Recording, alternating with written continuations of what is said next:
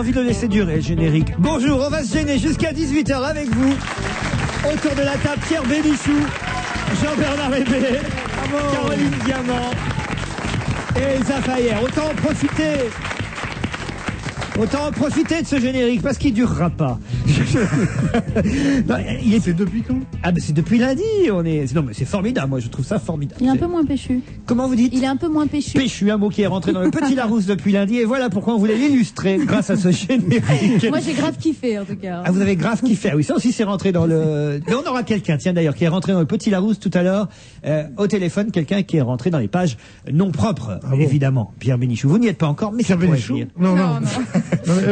Qui est-ce? Ah bah si. Du teasing. Ce sera entre 16h et 18h. Oh là là, on faudra attendre. Le mec qui commence déjà à accrocher l'auditeur dès 16h06 en lui disant peut-être avant 18h, on aura au téléphone Jean-Pierre Raffarin qui est rentré dans le petit Larousse comme tout le monde le sait. Et c'est vrai qu'il n'a fait son entrée que cette année, hein, Jean-Pierre Raffarin. Mais quand voulez-vous qu'il la fit? Comme on dit dans le Larousse. Bah, l'an dernier, par exemple, il est quand même Premier ministre depuis le mois de mai, juin l'année dernière. Oui, c'est vrai. Il eût pu y entrer. Eh oui. L'an dernier. Ça prouve que le petit Larousse était pas sûr qu'il y restât. Ils se sont dit, le petit Larousse, on va quand même vérifier qu'il tienne un an avant de le faire rentrer. C'est pas idiot en même temps. Non, puis c'est bien, il peut rentrer dans le livre des records aussi cette année. Tiens, je serais intéressé pour savoir si Mme Cresson est toujours dans... Oh, si quand même, c'est la seule femme à... Est-ce qu'il les retire justement? C'est la question que je me posait. Ah, ça, alors là, aucune idée là-dessus. Alors, est-ce qu'il les retire? Oui, je pense qu'il les retire. Est-ce qu'on peut fermer la porte du studio? Ce serait formidable. Merci. Faut tout faire ici. Alors, refaire le générique, fermer la porte. Allez-y, Elsa. On est en direct. Vous l'aurez remarqué. Non, mais je vous ai posé la question. Je me demandais si justement, si les personnalités qui étaient dans le Larousse faisaient plus leurs preuves à un moment donné, on les retirait ou est-ce qu'elles restaient à vie? Parce que ça va en faire du monde là. Ah oui, évidemment, il y a un moment donné, le petit Larousse va être en 10 volumes. Ça va pas marcher. Et Julien Lepers pourra jamais tout offrir. Mais moi qui ai été longtemps dans le bottin mondain, jusqu'au jour où je t'ai épousé et j'ai été viré. Ma petite Elsa. Non, parce que les Tunisiennes, ça rentre pas dans le bottin mondain. Pardon, moi je ne suis pas tunisien. C'est moi. Sans doute. Ça s'entend. Non, mon chéri, j'adore les thunes. Non, mais c'est pas ça. J'adore les thunes, oui, ça. Ça, c'est connu. Notoriété publique. Ils sont méchants, mon Dieu. Cette soirée commence cet après-midi. Commence d'une façon tellement bizarre. Faut quand même dire que Pierre Bénichou prend son petit déjeuner. Prend son petit déjeuner à 16h08. Et alors, ça aurait été l'année dernière où on enregistrait les émissions à 8h du matin en essayant de faire croire qu'on était 4h. Ça aurait été logique. Mais là, il est vraiment 16h08 et il est vraiment en train de faire... Parce que vous faites... Il fait son 4h. Je goûte. Oui, je trempe. Oui, oui madame. Alors ça, c'est la première fois que je vois ça. Oui, madame, je trempe. Je trempe tout. Je trempe même des sandwichs au pâté. Ah non. Oui, mais dans le café au lait est bon avec tout. Dans le Calvados. Non, pas dans le Calvados. En Seine-Maritime, là où j'habite. Non, pas seulement dans le Calvados. Dans le Calvados, le truc, c'est des trucs d'alcooliques, ça. Je parle des gens qui goûtent. Je parle des grands enfants comme nous qui goûtons. Moi, je goûte. Moi, quand j'ai pas mon 4 heures, j'ai pas ma tête à moi. Nous sommes sauvés. Eh bien, à la bonne heure, on va vous amener des chocos et le courrier des auditeurs, les emails. C'est la tradition, hein, on commence toujours par ça et il est temps quand même d'y venir. Je n'ai rien à dire sauf merci, vous me faites rire et c'est bon. Ça, c'est gentil, c'est Gilles qui nous envoie cet email. Ah, c'est un éditeur, je croyais que c'était toi qui me disais ça. Non, c'est pour l'ensemble des participants à cette émission. Ah, Jean-Bernard Hébé, c'est pour vous. Jim m'écrit: je suis fan des interventions de Jean-Bernard Hébé, de sa culture, de son talent, de sa finesse et son sens critique. Mais votre émission de mercredi dernier, il y a 8 jours, il a vraiment passé les limites parce qu'il a critiqué et vivement flingué même Jean-Louis Murat, qui est mon idole depuis toujours. Cependant, il a dit, il parle toujours de vous, posséder plusieurs inédits de Jean-Louis Murat, et je suis prêt à passer l'éponge sur cette offense en échange de ces quelques trésors, et donc de redevenir fan de votre chroniqueur et faire comme si de rien n'était. De toute façon, comme il n'aime pas Jean-Louis Murat, ça ne devrait pas le priver beaucoup, donc qu'il me donne ces inédits qu'il possède. Il a pas tort. Si, il a tort sur certaines choses. D'abord parce que j'ai pas vraiment dit du mal de Jean-Louis Murat. Disons que j'ai dit des choses que je pensais objectives. Mais il s'est passé un truc assez drôle, c'est que le lendemain, on me dit, ah, Jean-Bernard, au téléphone, vous avez Jean-Louis Murat. Oh merde. Alors, non, j'ai pas dit oh merde, j'ai dit, tiens, c'est intéressant. Comme lui passe son temps à vomir sur tout le monde, comme on l'avait lu dans la presse, je me suis dit, tiens, ça l'a peut-être amusé, ce que j'ai pu dire hier, puisqu'il n'était pas vraiment très méchant, parce que j'aurais pu être 10 fois plus méchant. Et donc, le temps que je décroche le téléphone, et j'entends, oui, tu as toujours été le gros con que... Alors donc, je lui dis, va te faire en papa outé, et j'ai raccroché immédiatement. Non mais ce Jean-Louis Murat, moi, je confonds beaucoup de chanteurs. Oui. Et pourtant, j'aime la chanson, Dieu sait. Eh ben, je vais vous dire, Jean-Louis Murat, si ça avait été Léo Ferré ou bien Georges Brassens, ça se saurait depuis longtemps quand même. Ce Jean-Louis Murat, c'est une étoile filante, Jean-Louis Murat. Il est là, il est pas là, il fait des chansons trop longues, il est gentil, il est méchant, il est non. Mais qu'est-ce que j'en ai à branler de Jean-Louis Murat? Non mais sérieusement, Jean-Louis Murat. Limite, vous préférez Vincent Delerme, hein? Vincent Delerme, c'est bien. Quand tu veux roupiller, c'est bien, Vincent Delerme. Oui, il est remboursé par la sécurité sociale. Là où vous avez raison, mon cher Jean-Bernard, c'est que il pourrait quand même accepter la critique, vu que lui, effectivement, à longueur d'interview, dit alors voilà, Laurent Voulzy, Alain Souchon, faut les abattre, machin, c'est chiant, Voulzy, c'est pas écrire, truc. Alors il Ma maison de disque est ignoble. Alors voilà. Oui. Et alors nous, on a dit, il est bien, mais c'est quand même quelqu'un qui est un petit peu difficile de caractère. Eh bien, nous persistons et nous signons, il est difficile de caractère. Heureusement, Sébastien est là pour le défendre, un auditeur qui dit juste pour dire et rectifier, puisque j'ai cru comprendre que votre chroniqueur n'avait pas aimé Jean-Louis Murat. Son dernier album est sans doute un de ses tout meilleurs, avec de superbes textes et une très belle production, en rappelant que Murat a enregistré les 23 chansons en 4 jours, ce qui peut expliquer le son un peu live. Mais pourquoi il a fait ça? En 4 jours, parce que 5, ça aurait été trop cher pour la maison. Oui, c'est qui m'étonne. Vu ce qu'il en vend, oui. Il ne faut pas se fier à l'hideuse pochette et au single un peu kitsch et prendre son temps, dit l'auditeur, pour écouter l'ensemble de l'album. Et c'est bien dommage que votre chroniqueur, dont le nom m'échappe et je m'en excuse, n'ait pas écouté le deuxième compact disque, car il y a sur le deuxième CD, il y a 2 CD dans l'album, le deuxième CD est meilleur que le premier. Non. Voilà, vous avez arrêté au moment où il fallait pas. Oui, il y a des tas de femmes qui m'ont déjà dit ça. Donc, je vais écouter le second, je le promets. En revanche, il y a un auditeur qui abonde dans votre sens, on dit oui. Oui, il abonde dans mon sens. Voilà, c'est ce qu'on dit dans les baignoires. Jean-Michel dit « J'étais un fan de Jean-Louis Murat. Mais j'ai fait l'erreur d'aller le voir une fois sur scène. Oh là. Au début, j'ai cru que j'allais m'endormir. Puis rapidement, la colère m'a maintenu en éveil. Ce type a un mépris total de son public. Il vient balancer sa soupe sans un geste pour le public qui est devant lui. Il se permet même de râler en public contre les techniciens qui auraient mal réglé son micro.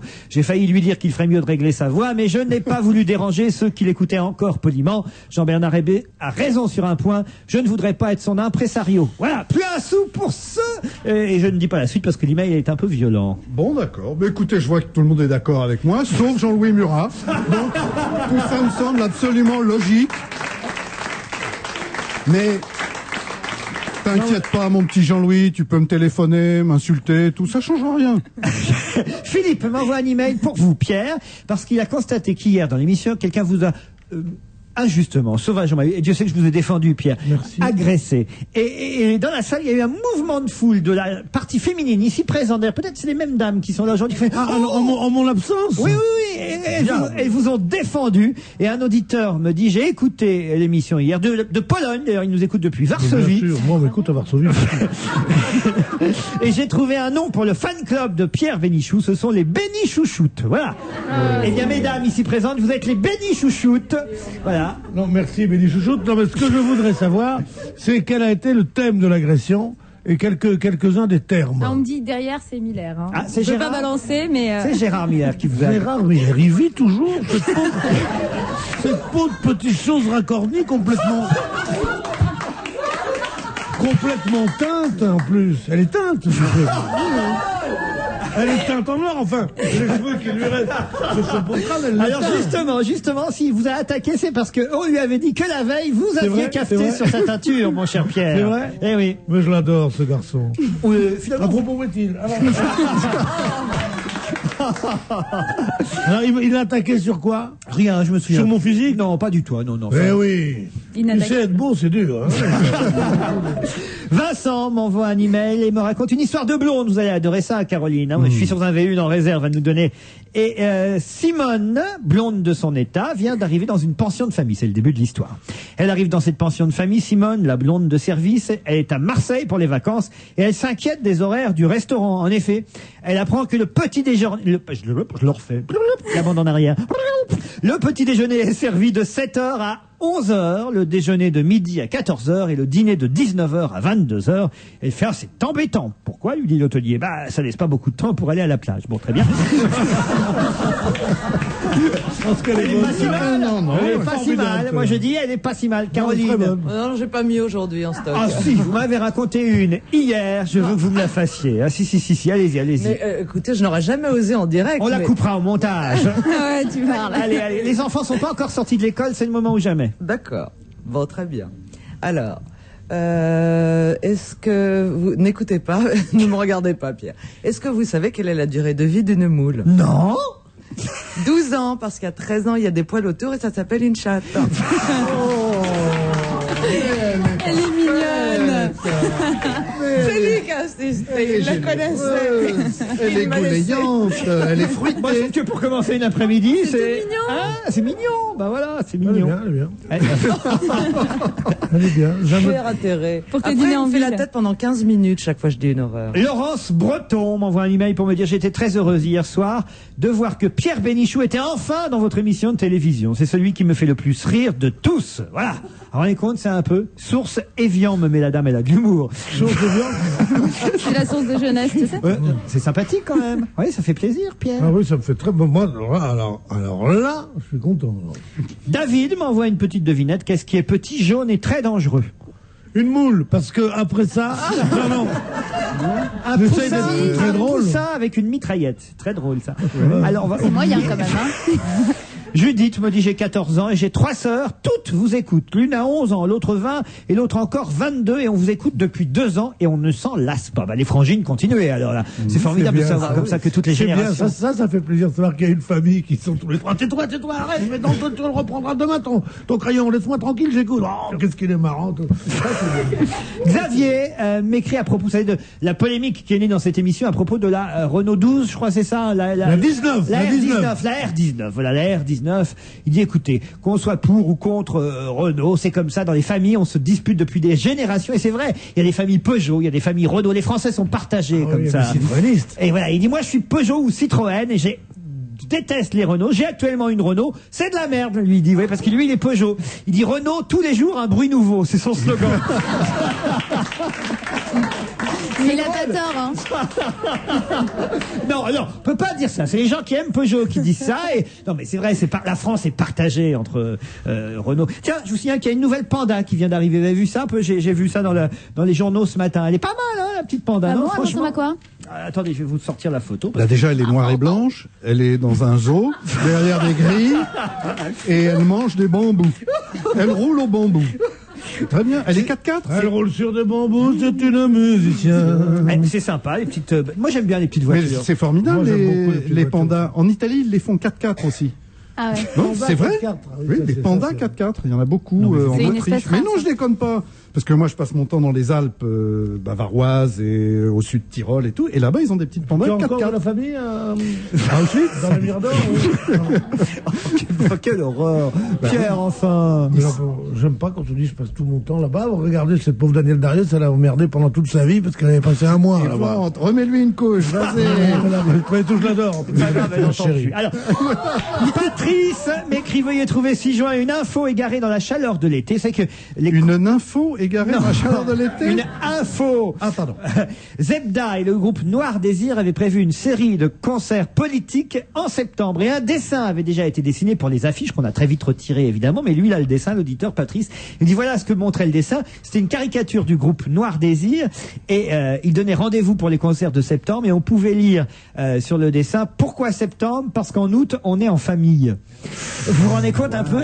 Heureusement que le dessin a été retiré et l'affiche. Ils l'ont retiré à tout le volet, le dessin. Sans ça, c'était pas possible. Voilà. Alors c'est qu'ils ont fait une conférence de presse hier, le reste du groupe Noir Désir, conférence de presse. Je trouvais ça très digne, sans micro, sans caméra. C'est seulement le groupe, c'est seulement le journal Libération qui nous en parle ce matin. Vous avez vu un peu? Non. Bah, ils racontent un peu tous le drame de Vilnius lors de cette sobre conférence et ils disent qu'ils soutiennent Bertrand Cantat sans juger, voilà. Nous aussi, on cherche à comprendre, on a plus des questions que des réponses. On est là pour soutenir Bertrand sans juger, quoi qu'il ait pu faire durant 1 heure de temps.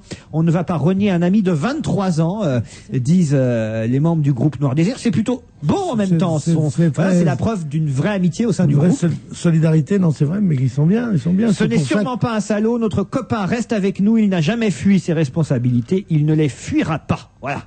Et alors, qu'est-ce qui devient le groupe? Ils continuent pas, ils ne sont pas prononcés? Ça, pour l'instant, ils en sont pas là. En tout cas, ce qui est sûr, ils disent-ils, ils ne sortiront jamais plus de nouveaux albums ou des compiles pour ne pas être accusés, évidemment, de surfer sur le drame qui a eu lieu pendant le mois d'août. Et évidemment, il continue à dire aussi, et ça c'est bien, que Marie soit morte, c'est injuste. Il est hors de question de se prêter à la moindre saloperie. Voilà ce que disent même les 3 membres restants du groupe Noir Désir. Moi, je les trouve très bien là, pour le coup. Non, moi je trouve qu'ils sont c'est très digne, c'est très digne surtout. C'est digne. Et ils ont été dignes. Et tous les gens qui connaissaient le groupe avant le drame disent que les 4 mecs sont formidables. Et oui, c'est un drame atroce, mais ça change rien, hélas. Il y a un dessin, pour finir avec une note d'humour, quand même, il y a un dessin de Cabu dans Charlie Hebdo qui nous montre... j'ai même pas besoin de vous donner le dessin, alors je vais vous donner juste le texte. Si Bertrand Cantat avait aimé la championne de lancer de marteau, il aurait moins fait le malin. Et je vous laisse imaginer le dessin, et évidemment, vous le verrez dans Charlie. Je continue. Qu'est-ce que j'ai d'autre en magasin dans les emails? Caroline m'envoie un email pour me dire qu'une fois de plus, j'ai dit hier les Charentes-Maritimes et qu'il ne faut pas dire les Charentes-Maritimes, mais la Charente-Maritime. Mais je me souviens avoir déjà commis cette erreur. On m'avait déjà rectifié. J'avais eu ensuite des emails de soutien pour me dire qu'il y avait plusieurs Charentes par le passé. Que c'est pourquoi l'expression était restée. Voilà, il y a 2 Charentes. Alors moi, je continue à dire les Charentes. Voilà. Mais on peut dire les Charentes quand on veut parler des 2. Voilà. Il y a la Charente 16. Donc lâchez-le avec ça. Et la Charente-Maritime 17. Voilà. Alors, que Charente ou Charente pas. Alors veuillez.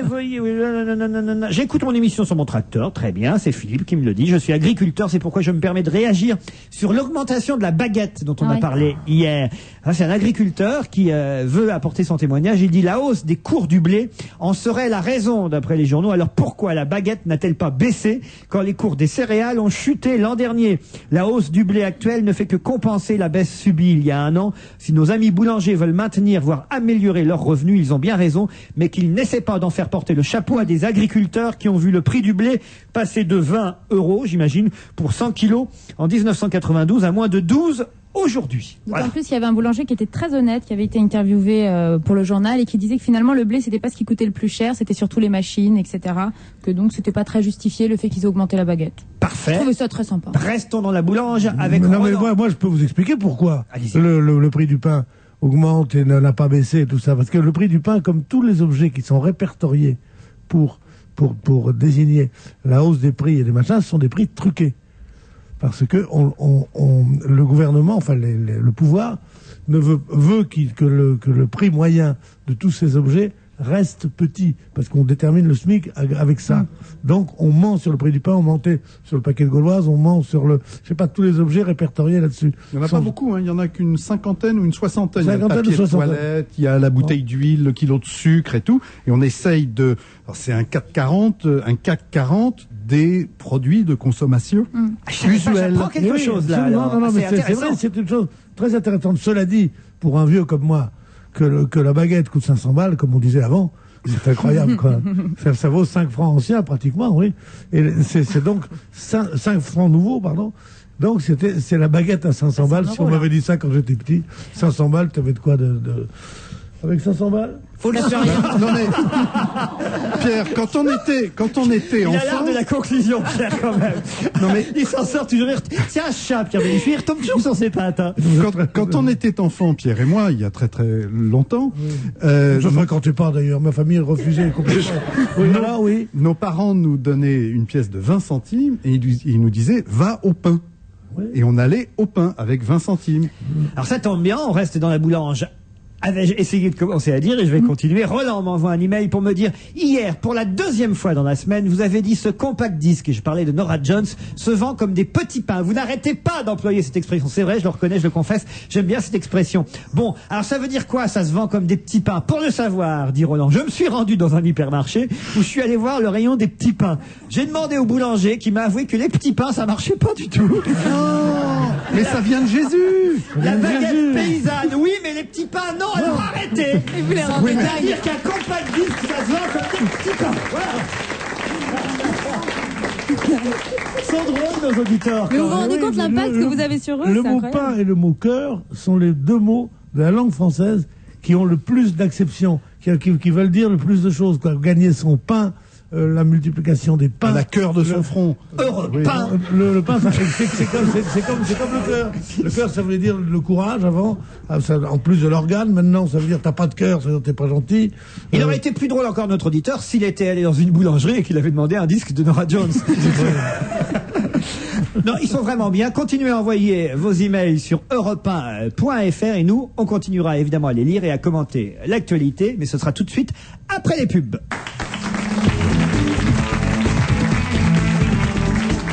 Artisan commerçant, j'ai un truc pour y voir clair dans mes contrats d'assurance, je les pèse. Ceux qui n'excèdent pas 402 grammes, je les range dans l'armoire de gauche, alors vous me direz, un contrat excède rarement 402 grammes. On voit bien que vous n'avez pas vu mon tiroir du bas. Et là, une question vous chatouille, que met-il dans son armoire de droite? Eh bien ça vous regarde pas. Professionnel, pour y voir plus clair, votre assureur Azur Assurance vous fait bénéficier d'un audit gratuit. C'est un des nouveaux services Écoute Plus d'Azur Assurance. Pour en savoir plus, appelez le 0810 810 333. Qui vous écoute plus? Bien sûr, c'est Azur.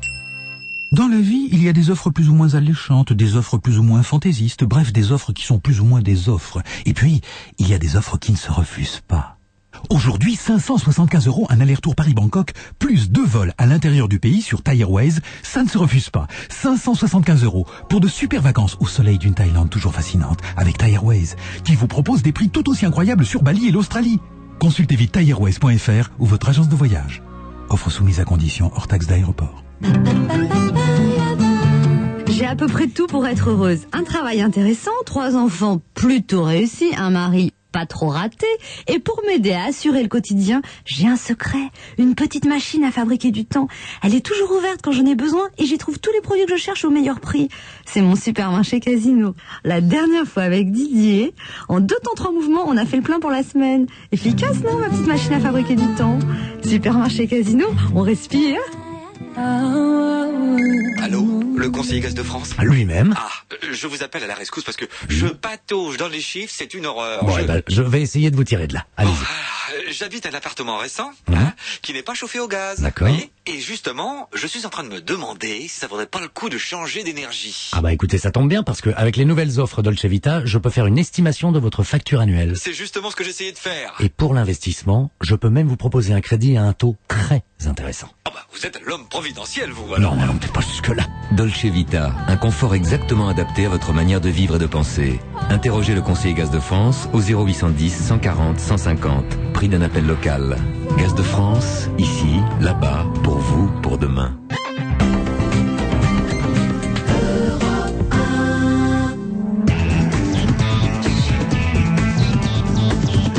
On va se gêner jusqu'à 18h. Ah, il fait parler cet indicatif. Caroline Diamant, Jean-Bernard Hébé, Elsa Fayer, Pierre Bénichou. Il y a d'ailleurs un auditeur qui nous dit... Jean-Claude nous envoie sur Internet un message, dit pour un générique d'émission, prenez plutôt celui de Jean-Bernard Hébé du temps de Poste Restaurant. Oh là là. Oh là là, c'est quoi votre générique à l'époque? C'est ridicule. C'était un groupe formidable qui s'appelait le Système Krapouchik. Et le Système Krapouchik avait fait une musique que je trouvais absolument formidable et que nous avions, dont je ne me souviens même plus le titre, et dont j'avais pris servait comme générique. Voilà. On va essayer de le retrouver. Il y a un autre auditeur qui dit, puisque vous êtes en direct, profitez-en, lancez un appel. Si Jean-Louis Murat est un homme, qu'il vienne avant 18h répondre en direct à Jean-Bernard Hébé dans le studio. Je trouve que c'est une bonne idée. Et on l'encourage. Bravo.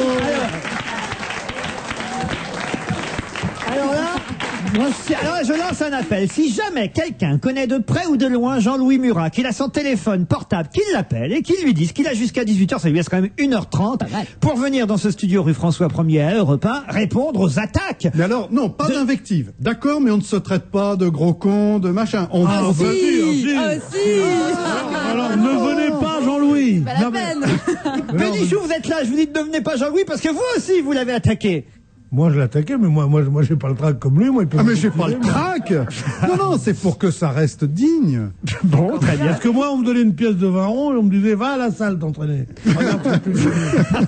Gwenaël m'écrit, je vous regarde sur la webcam, enfin sur Internet, grâce à la webcam qui est dans le studio, et je tiens à dire à mademoiselle Fayer qu'il ne faut pas se pencher à 15h52 pour ramasser quelque chose, ou alors ne pas porter des pantalons taille basse. Oh là là.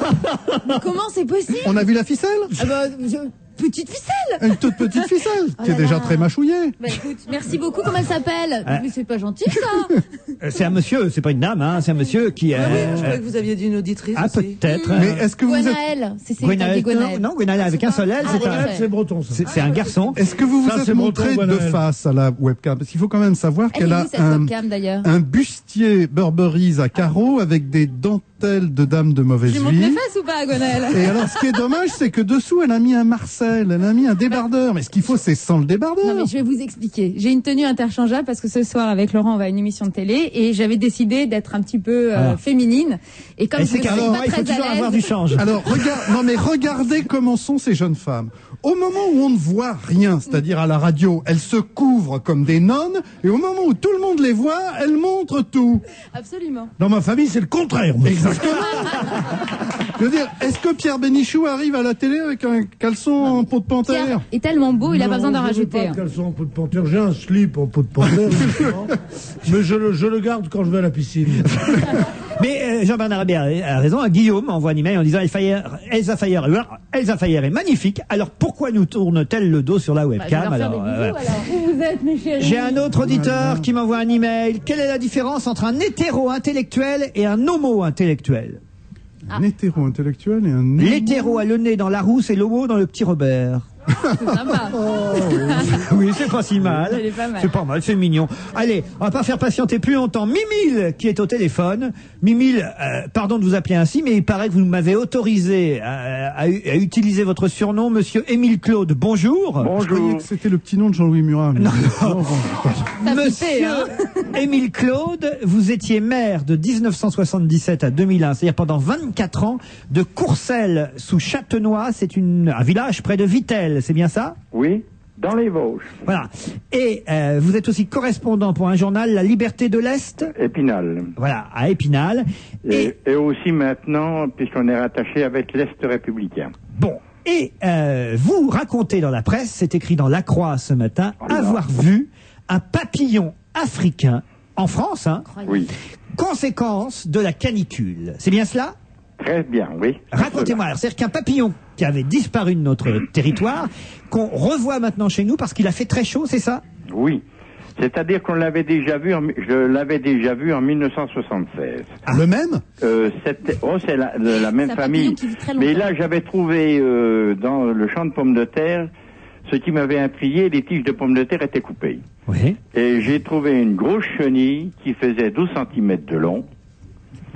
Ça m'a intrigué. Je téléphone au journal qui me disent on va voir ça. Et on s'est renseigné à Nancy auprès du centre de recherche des végétaux. Et ils nous ont confirmé que cette chenille, c'était une chenille papillon sphinx tête de mort. Voilà, un sphinx à tête de mort, c'est le nom exact du papillon. Voilà. Mais comment font-ils? Sur la carapace de l'animal, il y a une tête de mort. Mais comment on fait pour... Moi, je vois un papillon passer, je suis incapable de dire, tiens, ce papillon-là, il n'est pas venu depuis 1976. Non, mais c'est vrai, comment on fait parce que t'es pas expert en papillons. Oui, c'est vrai. Ornithologue en papillons. Non, ornithologue, c'est les oiseaux. Mais vous croyez que ces papillons, donc comment ils ont eu le temps? Vous croyez que c'est le téléphone arabe marche à ce point? Alors, Le papillon peut venir en France, il fait beau, et ils arrivent d'Afrique? Monsieur Bénichou, je vais vous raconter en reprenant 1976. Oui, allons-y, on a le temps. Donc, je mets mon papillon dans une boîte à fromage avec des feuilles de pommes de terre. Il arrive à la Liberté de l'Est à Épinal. Ils le prennent en photo, ils le remettent dans sa boîte et ils le expédient à Nancy. Mais comme on était au début des vacances, le papillon, il a mis une semaine pour aller d'Épinal à Nancy. Il n'y a pas de TGV dans l'Est encore. Non, attendez. Mais on prend le temps de faire quelque chose. Quand il est arrivé, il était encore en bon état. Ils l'ont élevé pour faire une chrysalide et il y a eu un papillon. Et le journaliste qui a fait un bon papier, c'était Alain Touvenot. Il a calculé le nombre de kilomètres, le nombre d'heures qu'il a mis. Alors il a dit, vu les vacances, il a dû prendre la route de contournement. C'est joli. C'est un papillon long près de près de 10 cm, c'est ça, et reconnaissable, vous l'avez dit, à son thorax velu, avec sur son thorax, c'est incroyable quand même, un dessin qui ressemble à un crâne humain. Oui, hein on le trouve dans les dictionnaires, vous avez dans la famille des papillons, vous trouvez sa morphologie. Le sphinx à tête de mort est de retour chez nous. Mais c'est Voilà. hyper impressionnant. Hein, quand même. Alors, si vous voulez bien prendre cette année, rebelote, j'arrachais des pommes de terre. Le premier pied de pomme de terre que j'arrache le soir, je trouve une chrysalide. Ah. On va pas de doute, j'ai dit ça y est, ils sont revenus. Eh oui. Hein, oui. Comme les Allemands. Et ils vont rester combien de temps? Ça, c'est un formidable titre de film, découvrant le retour des sphinx à tête de mort. Bon, Un formidable. autre chose. Oui. Alors, je l'ai Pardon, c'est-à-dire Mimi, que excusez-nous. j'avais rien pour le mettre dedans. Oui, Mimi. Je le mets sur une feuille de papier dans la voiture. Oui, Mimi. Je lui mets de la terre pour qu'il soit bien au chaud. Oui. Le lendemain matin, il faut quand même que je voie ma bestiole. Ouais. Je glace la terre, il n'y avait plus que la coquille. Ah. Cet animal-là, il s'était collé contre la paroi en tissu de la voiture. Oh. Non, Ça Mimi, fait que Mimi. j'ai attrapé une boîte, je l'ai mis dedans, et j'ai téléphoné à un pharmacien de Neuchâteau qui est, lui, c'est un spécialiste des champignons. Maurice. Oui, Maurice. C'est Maurice, non? Comment? C'est Maurice, le pharmacien de Neuchâteau. Oui, Monsieur Maurice. Jean-Paul Maurice, il s'appelle. Jean-Paul, très bien. Alors, Alors, Vous l'avez dit au hasard. on a pris la bestiole en photo sur toutes les coutures, sur le dos, sur le ventre. Il l'a scanné. C'est Et pire qu'un bon, on n'en Yorkshire. avait pas assez. Il est revenu à Courcelles. On l'a repris encore une deuxième fois. Et moi, le soir, j'ai fait mon courrier pour les journaux. Est-ce qu'il est toujours vivant aujourd'hui, ce papillon à Non, sphinx? bah non, il n'est plus vivant. Ah merde. Non, Est-ce non. qu'on peut en voir d'autres? Est-ce qu'à Paris, on pourrait en voir un passer? Ah, ben ça, je ne sais pas. Il faudra peut-être vous envoyer Vanoni. Pardon? Qui? Vanoni. C'est qui Vanoni? Ah ben vous ne le connaissez pas, c'est un conteur vosgien. Il a fait un tabac l'hiver-ci. J'avais les 33 tours des albums de Vanoni. Exactement, oui, un conteur. C'est un humoriste régional. Oui. Il a fait un tabac l'autre, mais il n'aime pas les Parisiens. Enfin, dans ses chansons, il casse le morceau aux Parisiens. Ah oui, qu'est-ce qu'il dit dans sa chanson? Les Parisiens. Vous connaissez une chanson de Vanoni qui casse les Parisiens? Comment je dirais donc rappelle-toi. Non, c'est pas non. Alors allez-y, on vous écoute. Alors, Mimile. De la secousse pâte à craque, ça passe sur l'Est républicain le dimanche, et puis mon collègue d'Épinal il vient de me voir, je leur avais envoyé le courrier, bien sûr, ils étaient encore en vacances. Ça, c'est la réponse à quelle Alors, question, ils ont fait un article sur la liberté de l'Est, ça doit être le 28 ou le 29, je crois. Bon, Mimile. En page Vosges, une photo couleur première page, ainsi de suite. Ça a fait un tabac, aussitôt, comment... Mimile, déjà qu'on a un générique à chier, si en plus. Non, mais Mimile, vous vous marrez parce que Mimile, il raconte des histoires longuement et tout ça, mais au moins, il connaît la faune. Oui. Il connaît Et la flore. les animaux. C'est pas Alors, comme l'autre jour, j'étais avec Laurent. Avec Laurent, qui est un vrai citadin, lui. Oui. On se promenait dans la forêt, tout d'un coup, on voit un ver luisant. Oui. Tu sais ce qu'il m'a dit? Tiens, un mégot qui marche. Il m'a dit. Lui, au moins, c'est quelqu'un qui connaît, qui aime bien les bêtes. On va vous Moi, je remercier. vis que pour les bêtes, Mimile. C'est Comment comme ça. On vous remercie, Mimile. Voilà. Et bonjour à tous ceux de Courcelles sous Châtenois et aux amis de la Liberté de l'Est. Merci bien. On vous applaudit. Bravo. Un peu de musique. Mais, à mon avis, Mimile, il peut postuler pour la place de Fidel Castro après. Pour les discours de 4-5 heures, pas de problème, il a l'habitude. Un peu de musique avec une nouveauté, un album qui s'appelle Quixotic, j'ai du mal à le dire. Hein. Quixotic, c'est vachement bien. Ouais, les Arocs consacrent de nombreuses Très, pages très bien. à cet album. L'album d'une femme qui s'appelle Martina Topley-Bird, qui chante avec Tricky, c'est ça? Ben, c'était la compagne de Tricky, voilà. paraît-il. Alors Tricky, c'est Massive Attack. Et Enfin, Tricky Massive est Attack. ex-Massive Attack. alors, ouais. Tout le monde s'en fout. Ce qui est bien, c'est que d'abord, elle fait dans tous les genres différents. Et puis, c'est vraiment très très bien. Voilà, la fille qui chante avec Tricky, Martina Topley-Bird, désormais décomplexée, titrée Les Arocs, prouve avec son premier album Sans faute et sans frime qu'elle est bien plus qu'une voix hors pair. On va le constater ensemble, on en parlera peut-être après. Elle chante Need One, Martina Topley-Bird.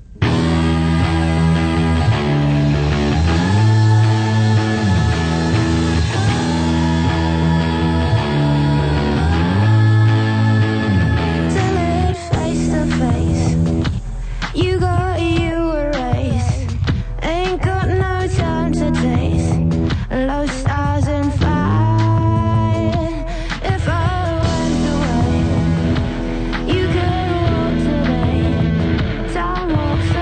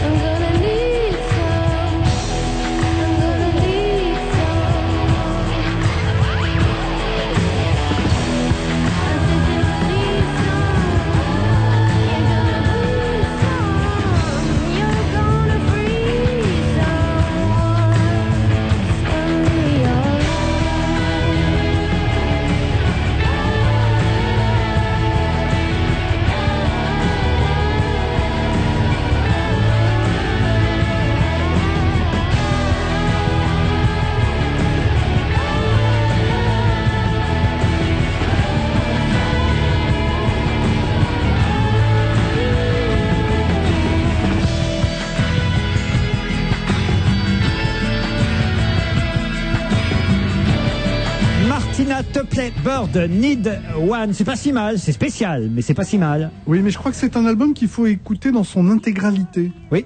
Parce que c'est tout. Enfin, vous me direz, on un peu pourrait comme dire la même chose Murat. que Jean-Louis Murat. C'est le spectre de tout ce qu'elle fait qui est intéressant. Mais enfin, moi déjà, ça, je trouve ça très sympathique. Je peux vous le voler? Oui, bien sûr. Martina Topley Bird, pour le prononcer correctement, si vous me permettez. On dirait le nom de... oui, alors... Si tu me cherches, Jean-Bernard Rébé, je vais chercher Jean-Louis Murat, moi. Mais on l'attend de pied ferme. Non, il est dans le train, on vient de nous le faire savoir. Il repart pour l'Auvergne, c'est déjà une bonne nouvelle. Eh ben, voilà une bonne nouvelle. Donc il ne pourra pas être là avant 18h, on se retrouve après la pub.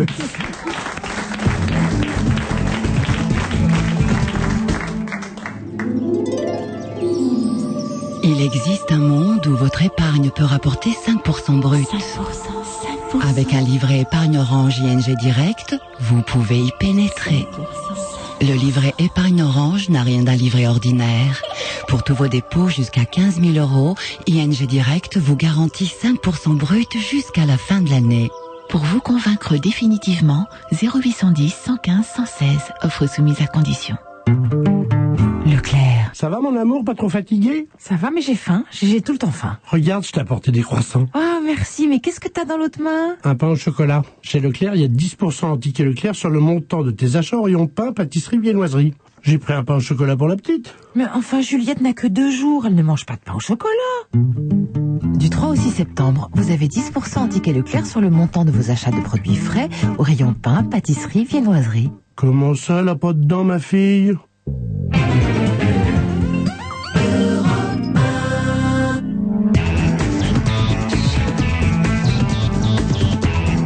On va se gêner, toujours Caroline Diamant, Pierre Bénichou, Elsa Fayer, Jean-Bernard Rébé. Et on parle cinéma maintenant.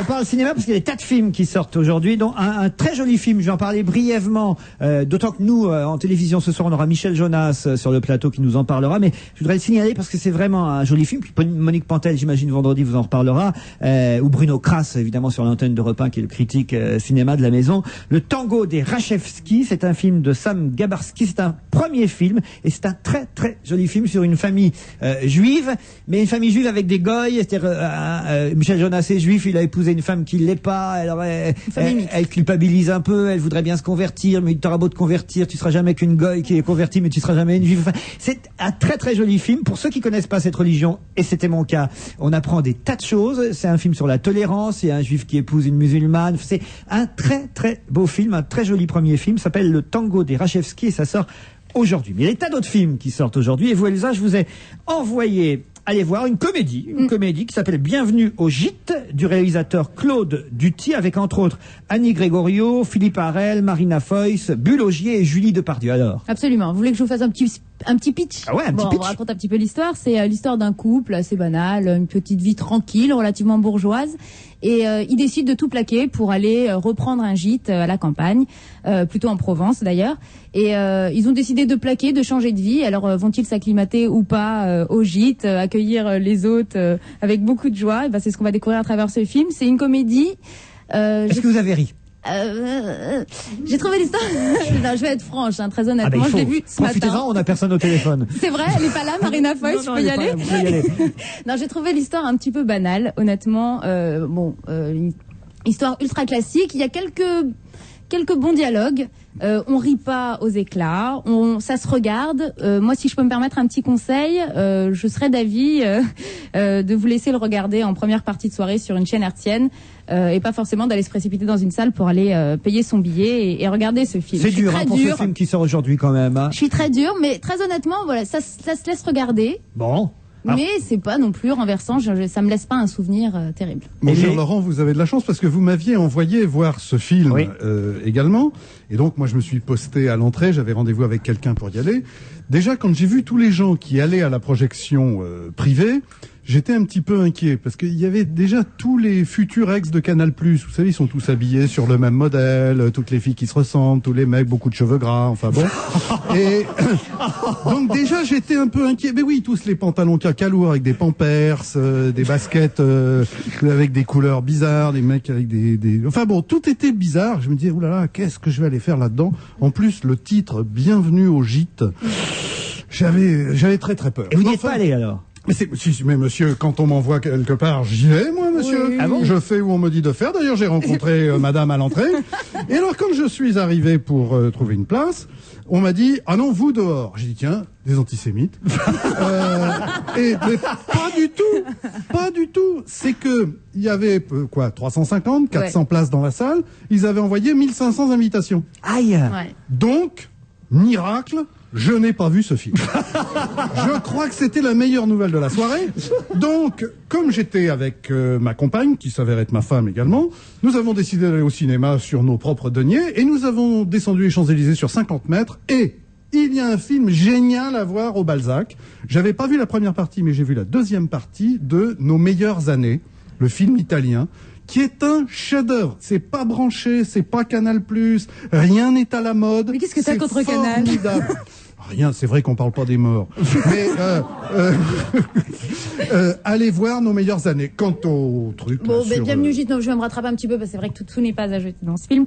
Marina Foï, joue très très bien son rôle. Elle joue une espèce de parisienne, un peu working girl, active woman. Working girl. Oui. Ah, t'es bonne pour Canal, toi, bientôt.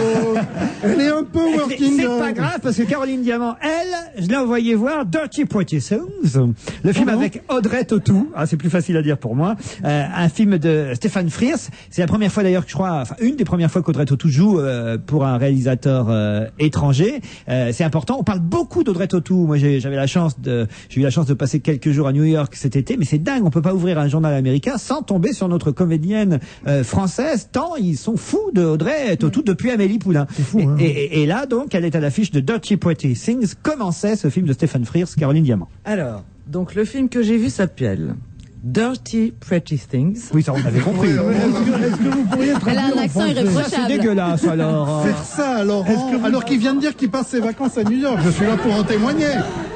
Eh ben moi je les ai passés en Normandie, Non, mais il y a qu'à voir ce que c'est le don. Est-ce que vous pourriez traduire ce titre en français? Parce que depuis que je vois ça sur les affiches dans les rues, j'essaie de trouver une traduction. Eh ben, dirty, ça veut dire sale. Pretty, ça veut dire joli. Things, ce sont les choses. Ouais. Donc, en fait, ça correspond à rien. Voilà. Ah non, ça veut dire ça. Sale, comment jolie chose. De sale, jolie chose. Non, moi je pense que la bonne traduction, c'est de si jolies saloperies. Ah, peut-être. De si jolies saloperies. C'est pas mal, puis c'est plus facile à dire pour moi. Vous ça. avez vu le film? De si jolies saloperies. Alors, comment c'est? Alors, écoutez, moi, je l'ai vu ce matin, à la première séance, place de Clichy, à 11h. Ça vous remue bien les tripes, juste après le petit déjeuner.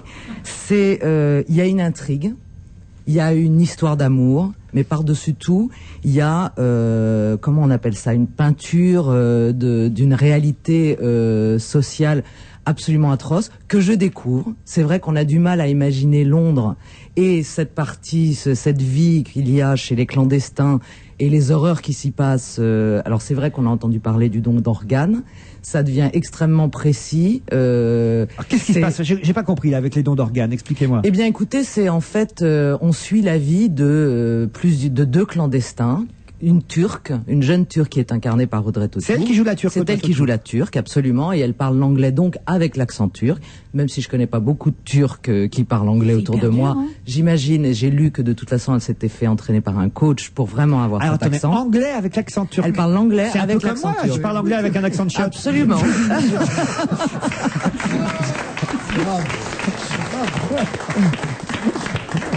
Sauf que elle a travaillé vachement dur pour essayer d'avoir ce que vous avez naturellement, cette espèce d'accent étranger. Mais pas que c'était terrible. Moi, j'ai entendu une interview de cette jeune femme. Excusez-moi de vous couper. Non, je vous en prie. Comme disait l'autre. C'est parce que on lui a, comme il ne parlait pas de l'anglais. Elle ne parlait pas l'anglais, on lui a donné un professeur d'anglais. Mais après ça, va trouver quelqu'un qui t'apprenne à parler l'anglais avec l'accent turc. Eh oui. C'est ça qui est extraordinaire. Il paraît qu'il y en a eu 3 ou 4 personnes qui sont venues qui disaient « What do you say? You are very gentil, madame. » C'est très très difficile. Allez-y, vous pouvez poursuivre. Mon intervention n'avait aucun intérêt. Caroline. Donc ce sont deux clandestins.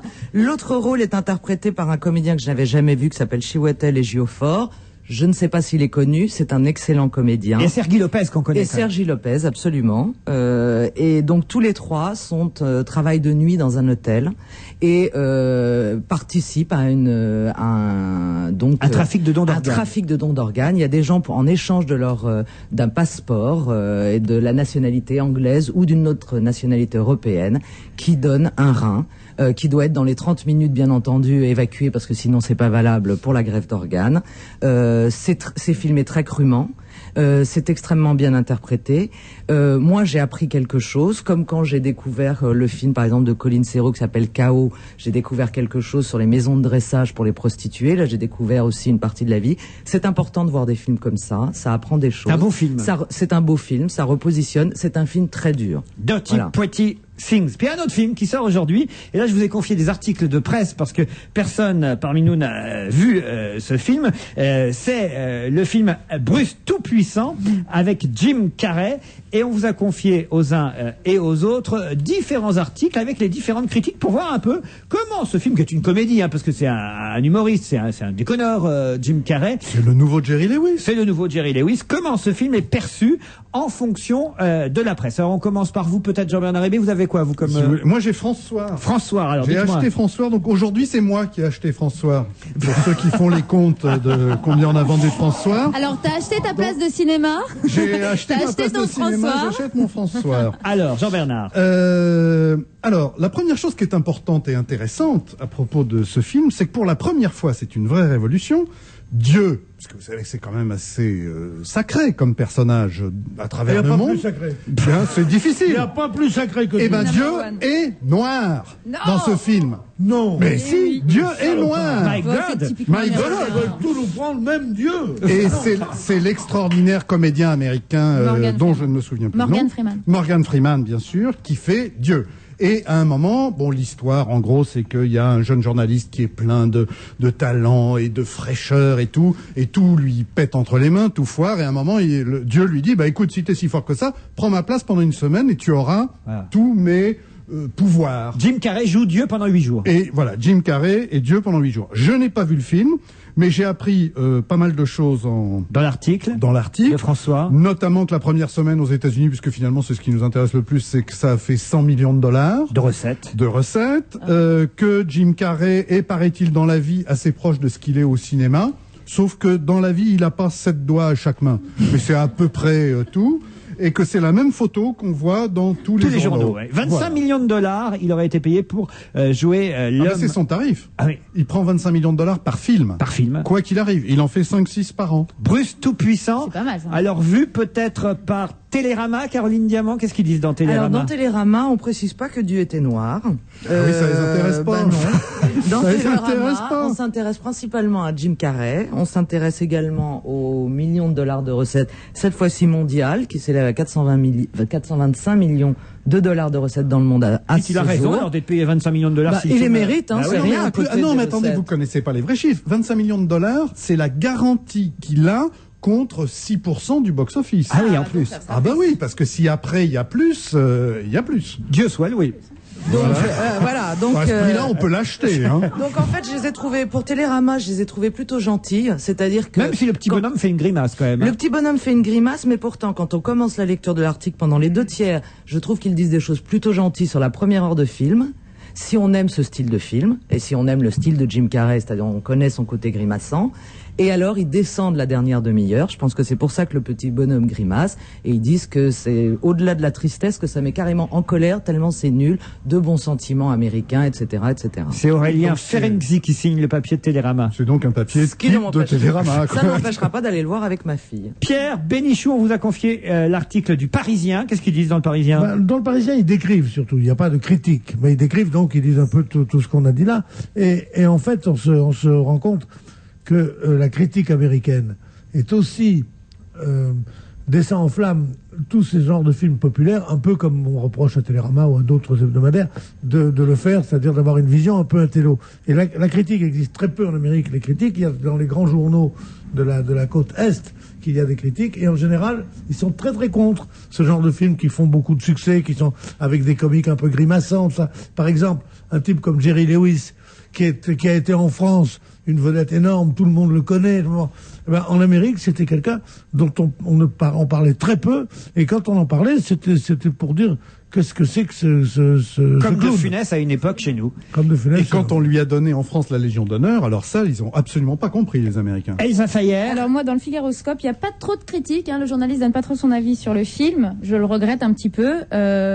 On apprend que Jerry Lewis était un proche, voire de sa famille. Ah bon? Alors c'est quelque chose que j'ignorais. Oui, proche cousin de Jerry Lewis. Un proche cousin de Jerry Lewis. D'ailleurs, il lui ressemble un petit peu.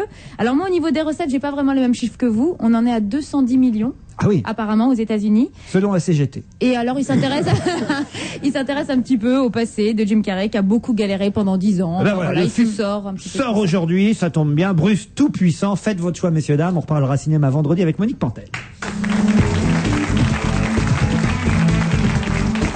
Oh, regarde, une jolie boîte de conserve là dans l'herbe. Comme elle est mignonne. Fais attention, tu vas marcher sur un pot de yaourt. C'est fragile un pot de yaourt.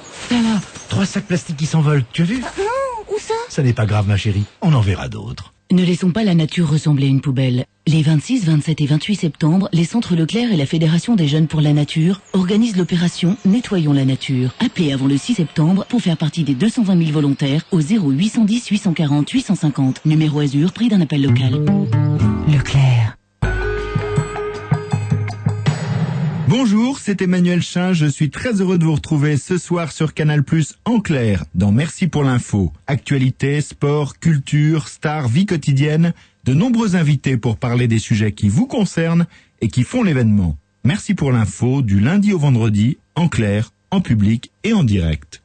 Canal+ est tellement plus encore. Tu ne dis rien, Léo, hein? Pas un mot, je travaille. Pas un mot, promis, tonton. Du 2 au 6 septembre, chez Intermarché et Écomarché, opération petit prix pour rentrée réussie. Un exemple, le flacon souple de tomato ketchup Heinz de 1 kg, 2,58 €, soit une réduction de 30% sur le prix au kilo. 30% d'économie, ça fait pas très cher, et vous pourrez en acheter à votre neveu que vous aimez. Et donc c'est quoi ce texte, Léo? C'est toi qui as touché à mon texte? Intermarché. Donnons plus à celles qui donnent tant. Dans les Intermarchés et les Écomarchés participants. Europe 1, il est 17h. Nous nous retrouvons après les informations présentées par Astrid Barr. Bonsoir. Bonsoir. Un homme de 35 ans a été retrouvé mort aujourd'hui dans un parking souterrain à Paris. Selon les premiers éléments de l'enquête, il a été assassiné. Il avait des traces de coups de couteau. Il a été découvert dans le parking Square des Quarts d'Heure dans le 20e arrondissement. On ignore pour l'instant les causes exactes de sa mort. C'est l'épouse de cet homme qui a prévenu la police hier soir parce qu'elle s'inquiétait de ne pas le voir rentrer. La brigade criminelle est chargée de l'enquête. Les inhumations se poursuivent au cimetière de Thiais. Elles doivent bientôt se terminer. Les 57 victimes de la canicule dont les familles n'ont pas été retrouvées ont été enterrées aujourd'hui dans le carré des indigents de ce cimetière du Val-de-Marne. Une cérémonie d'hommage officielle a été célébrée en fin de matinée. Elle a été sobre. Jacques Chirac, Bertrand Delanoë et Jean-François Mattei y ont assisté. Ce qui est un scandale, selon Yves Contasso, le porte-parole des Verts estime que la présence du ministre de la Santé à cette cérémonie est plus que déplacée. La société qui vend les machines à coudre Singer est placée en redressement judiciaire. Il s'agit de la société Futura France. Elle emploie 700 salariés qui travaillent sur une centaine de points de vente. L'entreprise s'est déclarée en cessation de paiement et le tribunal de commerce de Paris a décidé de la placer en redressement judiciaire. C'est exactement ce qui est arrivé au groupe de magasins Tati. Et Yoplait va supprimer 315 postes. C'est ce qu'annonce la direction, selon la CFDT. Ces 315 suppressions de postes se font dans le cadre d'un plan d'adaptation de la société. Les principaux sites concernés se trouve à Resson dans l'Oise, à Vienne dans l'Isère et au Mans dans la Sarthe. Jean-Pierre Raffarin doit annoncer les grandes lignes du budget 2004 dans les jours qui viennent. C'est lui qui décide des arbitrages budgétaires. Il doit les finaliser avant de les rendre publics. La philosophie du budget 2004 tient normalement en 3 points. Maîtriser la dépense publique, baisser les impôts et ne pas augmenter le volume des dépenses. Le projet de loi de finances doit être présenté en Conseil des ministres avant la fin du mois. Les marchés financiers et la bourse de Paris est en pleine forme à une demi-heure de la clôture, Pierre Fay. L'indice CAC 40 s'apprécie de 1,9% à 3427 points. Le Dow Jones gagne 0,4%, le Nasdaq 1,1%, l'euro retombe à 1,0824. Les technologiques sont en première loge, Alcatel notamment bondit de 8,1%, Capgemini de 7,3% et Thomson de 6,1%. Atos et Havas bondissent de plus de 11%, plus 10,4% pour Eurotunnel. Vivendi Universal gagne 3,1% après l'annonce de son projet de cession de ses actifs américains à General Electric. De son côté, l'État sort de Dassault Systèmes, il revend ses 15,7%. 2%. L'action de l'éditeur de logiciels prend 5,2%. La déception du jour, L'Oréal qui perd 2,2% malgré l'annonce hier de bons résultats semestriels. Les courses cet après-midi à Reims dans la 5e tous courus. Premier le 13 de 90 et de 20, deuxième le 10, 5,60, troisième le 4 de 90. Dans la 6e tous courus, premier le 5, 6,10 et 2,60, deuxième le 13, 14,10 et troisième le 6, 8,10.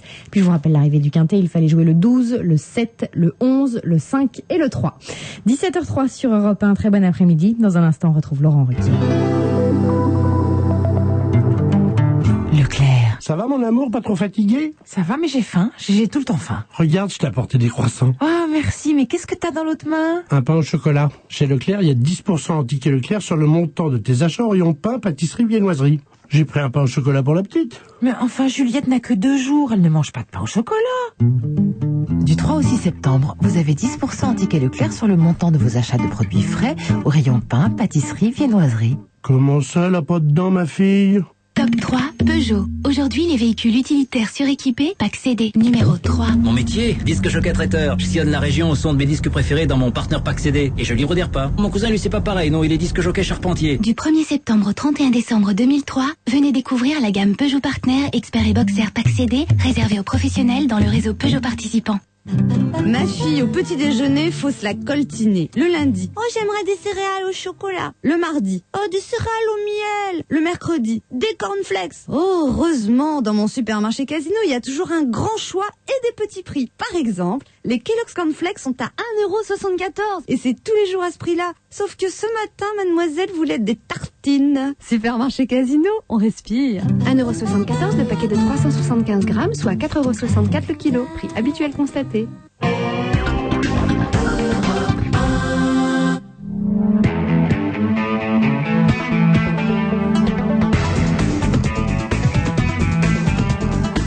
On va se gêner, deuxième heure, toujours avec Elsa Fayer, Pierre Bénichou, Caroline Diamant, Jean-Bernard Hébé. Quelques emails qui viennent d'arriver des auditeurs, puisque l'émission est en direct, ils en profitent.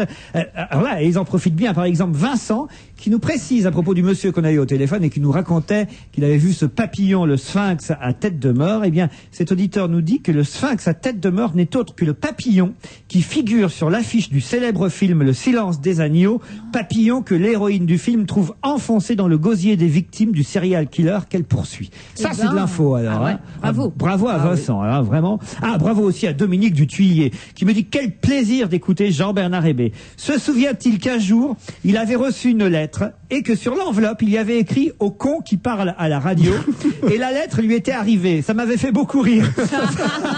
Mais alors, il y a un truc que je ne comprends pas. Depuis que vous me faites l'honneur de m'inviter de temps en temps, il n'y avait jamais d'email pour moi. Il suffit que je dise 2-3 trucs pas très gentils sur Jean-Louis Murat et brusquement la France est divisée en deux et m'inonde de courriers. Je pense que je vais redire du mal de Jean-Louis Murat. Moi, je voudrais qu'on signale, parce que ce serait évidemment absolument honteux de passer sous silence cette phrase. Ce ne serait pas objectif. Je ne ferais pas mon travail de humoriste, un tout petit peu journaliste et de commentateur. Et Dieu sait que ça me coûte, parce que Dieu sait qu'on n'aime pas dire du mal de la ministre de l'Environnement. Oh non. On avait peur, on était suspendus à vos lèvres. Mais la noix d'honneur, c'est le titre de la rubrique très célèbre du Canard enchaîné. La noix d'honneur de la semaine est décernée par le Canard à Madame Bachelot, qui a dit, je cite, c'est un extrait d'une interview qu'elle a accordée au Monde, je cite la phrase, « En 2100, je suis persuadée que l'été 2003, l'été qu'on vient de vivre donc, apparaîtra comme un été frais. » Ah oui. Je trouve c'est perspicace. Je crois qu'elle se surpasse. Mais je pense surtout qu'on va très bientôt la regretter. Ça, attendez, après, il faut la relire une fois, cette phrase. En 2100, je suis persuadé, puisque c'est elle qui parle, que l'été 2003 apparaîtra comme un été frais. Ben, je crois que tous ceux qu'on a enterrés aujourd'hui s'en souviendront encore. Un été frais, mais frais. C'est génial. Comment elle a chier, quand même. Comment elle a pu dire ça, Pierre Bénichou? Oh bah, avec la bouche, sûrement, mais je trouve justement, mais sans aucune réflexion. D'abord, quand on dit en 2100, moi, je m'en tape un peu, moi, ce qui va se passer en 2100, au point de vue chaleur, hein. Parce que j'ai ma garde-robe jusqu'en 2082, mais après ça, j'ai arrêté. Non, mais c'est toujours ridicule, quoi. Vous savez, ça me fait penser à la conférence d'un paléontologue qui disait, dans 50 millions d'années, nous serons tous redevenus des singes ou un truc comme ça. Et il y a un type qui dit, oh là là là là là là, vous êtes sûr? Il dit, oui, dans 50 millions d'années. Oh là là, heureusement, j'avais compris dans 20 millions d'années, j'avais peur. Bachelor reine de la boulette. Alors en même temps, pour prendre sa défense, j'imagine qu'ils ont évidemment extrait cette phrase du contexte et qu'elle devait expliquer très certainement que l'été qu'on vient de vivre est certainement un été très très chaud où il y avait une canicule, mais que a priori on va vivre des étés toujours et encore plus chauds dans les années qui viennent. C'est ça qu'elle a voulu dire. Mais oui, bien sûr, c'est qu'il y a un réchauffement. Et ce qui est extraordinaire, moi, ce qui m'a fasciné dans les... Dieu sait qu'il y a eu de l'émotion et qu'on avait tous eu des peurs pour les plus âgés, peur pour soi-même d'ailleurs, parce qu'on respirait plus et tout. Et on se disait, mais comment est-ce possible que l'accroissement de la température de 1 degré pouvait provoquer tout ça?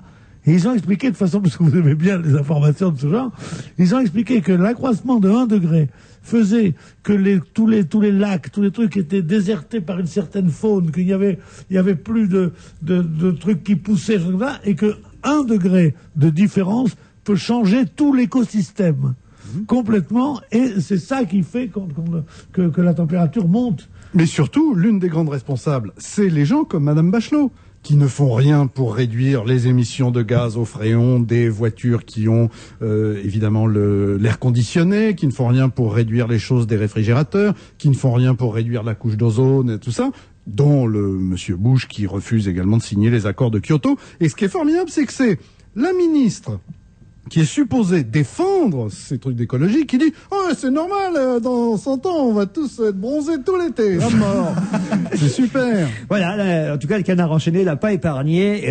Il aurait été injuste de ne pas citer cette phrase qui restera évidemment dans les annales. Nos mémoires. Je change de sujet avec la pastèque pour célibataires. Et ça, c'est dans François que j'ai trouvé ça. La pastèque, vous aimez la pastèque, j'imagine, Pierre? Bien sûr. Fruit vendu à tous mais uniquement en homme marié, pas en célibataire, hein, ça je sais pas supporter. Oui.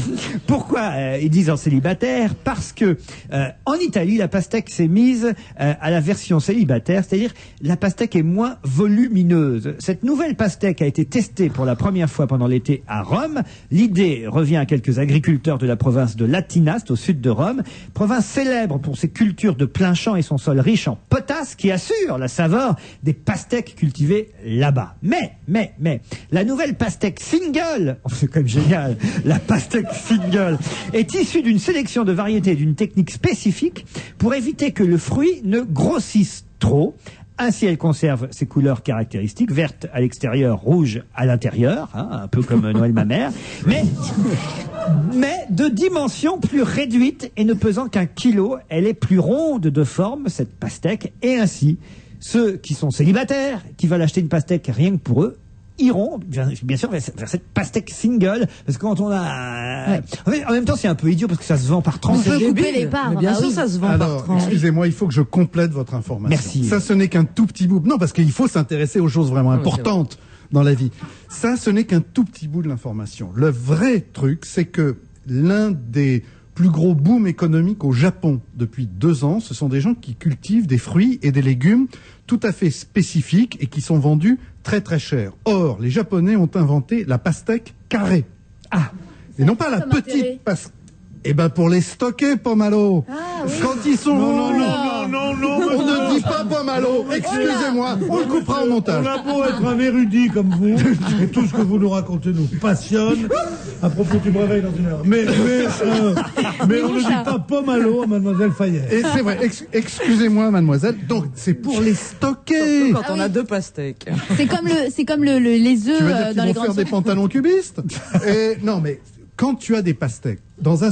Voilà, pas de pastèque. Mettons que tu sois responsable d'un supermarché. Elle n'est pas responsable d'un supermarché. Elle pourrait. J'y vais pas sur les routes départementales. Je vais pas changer mes genoux. Bon, alors, supposons que tu sois responsable d'un supermarché. Imaginons. Brusquement, on te dit c'est la saison des pastèques, les Français aiment bien les pastèques, on va vous livrer un camion de pastèques. T'es dans la merde, tu les mets comment? Mais parce que la pastèque ça roule. On les met en tas, ça roule. Bah, voilà. Brusquement, un Japonais arrive, il dit j'ai une idée, on les fait carré. Comme ça, tu peux les stocker. Je fais bien le Japonais. Eh bien, tu vends tes pastèques 2 fois plus cher. C'est magnifique. La pastèque carrée, alors là. Et bon, ça va plaire à Bruxelles. Reste à trouver la pastèque carrée single maintenant. Oui, c'est le petit carré, c'est la pastèque cube. Un apéricube. Le bouillon cube, voilà. Je la prends sans option, la pastèque, je sais pas vous. Vous aimez ça, Caroline? Écoutez, non, mais enfin, en tout cas, non, j'adore pas la pastèque. Je trouve ça n'a pas de goût, ça sert à rien. Mais c'est les mauvaises pastèques. C'est très bon, la pastèque. C'est la fraîcheur même de l'été. Comment tu choisis Moi, ta j'aime pas les petits pastèque? grains noirs, ça me prend trop de temps de les enlever. Mais c'est pas des Méditerranéens, Pierre. Oh, bah non. Moi, je préfère boire de l'eau minérale, que ça sert de boire un truc qui n'a pas de goût. C'est merveilleux, le goût de la pastèque. Vous savez qu'il y a un poème de Baudelaire où il dit les baisers à Lesbos, chauds comme des soleils, frais comme des pastèques. Ah oui. Et c'est vrai que c'est très joli d'ailleurs, parce que c'est vrai qu'on a l'impression d'un baiser un peu froid. Tu peux pas connaître ça, toi. Mais c'est vrai qu'il y a quelque chose. Je vais manger ma pastèque single avec un autre regard sur la chose. Maintenant que vous me le dites, Pierre. Mais oui, la pastèque single, c'est très bien. Moi, je voulais des jambons single aussi. Alors, ils font des tout petits porcs, il paraît. Ils ont fait des stocker dans les supermarchés. Ils ont fait des petits cochons carrés, bien sûr. Je vois pas pourquoi les choses ne seraient pas toutes carrées maintenant. Alors, des petits cochons qui pèsent 1,5 kg et un jambon de 200 grammes. Alors, tu te manges ton jambon tout seul. Vous voulez un jambon? Vous avez un gros appétit, prenez-en 2. Oui. Mais tu crois pas si bien dire quand tu vas dans les supermarchés là où ils te vendent du jambon, tu sais qu'il y a une couleur violette et rose avec des trucs au milieu là, enfin épouvantable. Il est carré, il est déjà préformaté. Ça c'est vrai. Pour en finir, je sais pas si vous avez déjà eu l'occasion de passer dans les cuisines d'un fast-food et les œufs dans les fast-food sont comme en long quoi. Bien sûr. C'est une espèce de tuyau d'œuf et ils coupent ça comme ça. Ah ça c'est pour les œufs durs. Non, oui, les œufs durs. Pour les œufs durs, mais parce que pour les œufs normaux, ça s'achète en seau. Mais c'est terrible. Pour faire, bah oui, vous achetez un seau d'œufs qui sont déjà battus. Oui. Bah oui, vous achetez 6 ou 12 litres d'œufs pour faire tu prends un whisky sur 2, c'est très bon, c'est très bon. Vous croyez quand même pas que le mec de chez McDo, il casse les œufs, non? Vous rêvez ou quoi? Mais il n'y a pas de gâchis dans toutes les rondelles. C'est une espèce de l'œuf dur. On ne rêve pas. Et c'est terrible, et comme ça, il n'y a pas de gâchis. Il y a toujours dans la rondelle un peu de jaune, un peu de blanc. Ah, vous avez remarqué, vous aussi. Il y a Caroline Diamant, elle se dit peut-être qu'ils vont faire la saucisse carrée, je pourrais les ranger plus facilement. Ça, non mais voilà, c'est toi qui prêtes le flanc à ça. D'ailleurs, est-ce que tu pourrais nous prêter ton flanc? Allez, on va arrêter de rigoler parce qu'attention, c'est un sujet sérieux maintenant qu'on va aborder. Le nouveau Petit Larousse illustré. On a déjà parlé en début de semaine, sauf que là, nous avons l'honneur d'avoir au téléphone quelqu'un qui fait son entrée dans le nouveau Petit Larousse. Non, ce n'est pas le Premier ministre, monsieur Jean-Pierre Raffarin, ça aurait pu être lui, puisque lui aussi, on vous l'a dit en début d'émission, fait son entrée dans le Petit Larousse. Celle qui se trouve page 1368 du Petit Larousse 2004, puisque c'est le nouveau, se trouve entre monsieur François Girardon et monsieur Henri Giraud, entre un général français donc et un sculpteur. C'est Annie Girardot. Bravo, bravo. Madame Annie Girardot, bonjour. Bonjour. Alors, ça vous fait plaisir, j'imagine, d'être dans le dictionnaire? Ben, je le sais, c'était quand même une grande surprise. Mais est-ce que ça vous a fait... ce qui m'arrivait, mais qu'est-ce qu'ils ont contre moi ou avec moi? J'ai pas compris. Est-ce que ça vous a fait plaisir? Est-ce que c'est un honneur pour vous? Ça m'a fait tellement plaisir que j'ai presque tombé dans les pommes. C'est vrai? Qu'est-ce qui leur arrive? Mais pourquoi? Oh ben oui, ça fait un drôle d'effet. Puis vous l'avez pesé? J'ai pesé... Pour le tenir dans les pommes. C'est très difficile. Mon Dieu. Oh oui, je suis plus que flatté, vraiment. Je suis ému, vraiment. Et vraiment. J'espère qu'ils vont pas me virer, qu'ils vont bien me garder. Ah non, on sait jamais si j'avais fait une connerie. On m'a donné une précision, c'est l'attaché de presse de chez Larousse qui vient de m'apporter cette précision, puisqu'on avait posé la question au début d'émission. Quand on rentre dans le dictionnaire Larousse, on n'en sort pas. Et ben voilà. Alors là, vous y êtes à vie et pour l'éternité, Madame Girardot. Bon, alors. Moi, ce qui m'intéresse, puisque vous dites que c'est une surprise, ça a été une surprise pour vous, ça veut dire que vous n'avez pas eu... Oui, quand même, je peux pas m'attendre à une chose pareille, quand même. Ça veut dire que vous n'avez pas eu un droit de regard sur la, j'allais dire définition, c'est pas une définition, mais en tout cas, sur le texte accolé à votre nom. Est-ce que vous avez dit avant? Non, moi, on m'a rien dit. Est-ce que vous savez ce qu'il y a écrit? Est-ce que vous avez regardé depuis? Il y a les films que j'ai fait, Françoise Gaillan, je sais plus quoi. Alors, je vais le lire.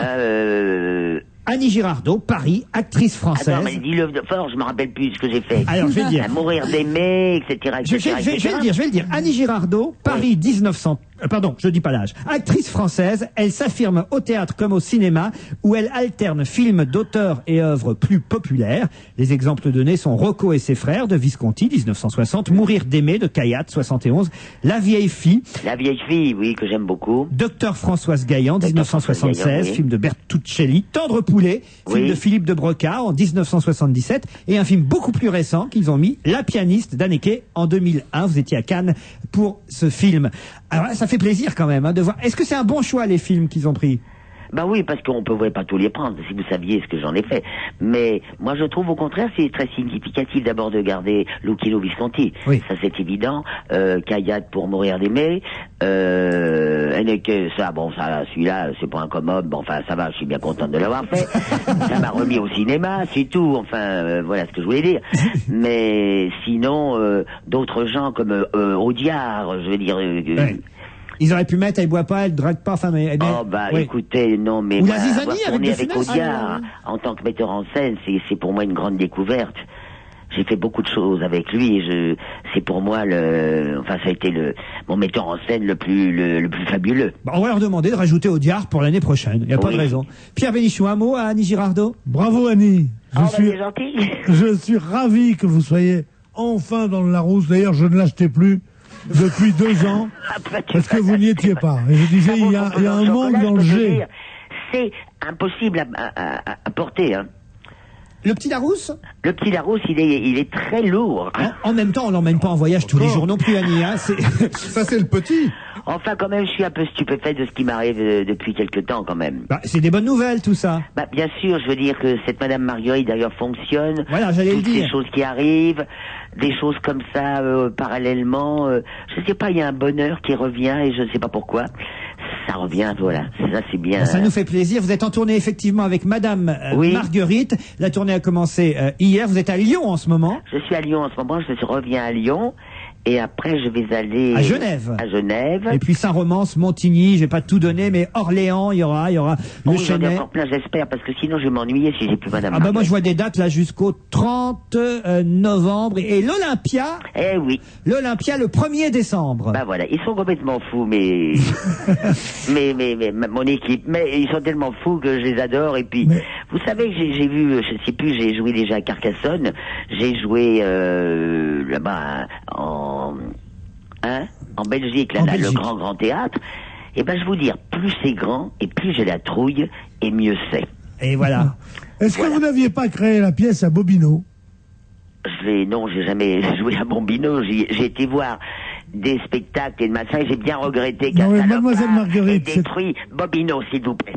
Le plus grand fleuri, le plus beau fleuron de la gaieté de la gaieté Montparnasse. On a détruit le théâtre. Bah oui. La salle de spectacle qui existe quand même. Mais je trouve que c'est honteux. Anne Roumanoff hier, elle est à Bobino et à Casino en même temps, Anne Roumanoff. Je vais vous poser une question. Il est vivant toujours.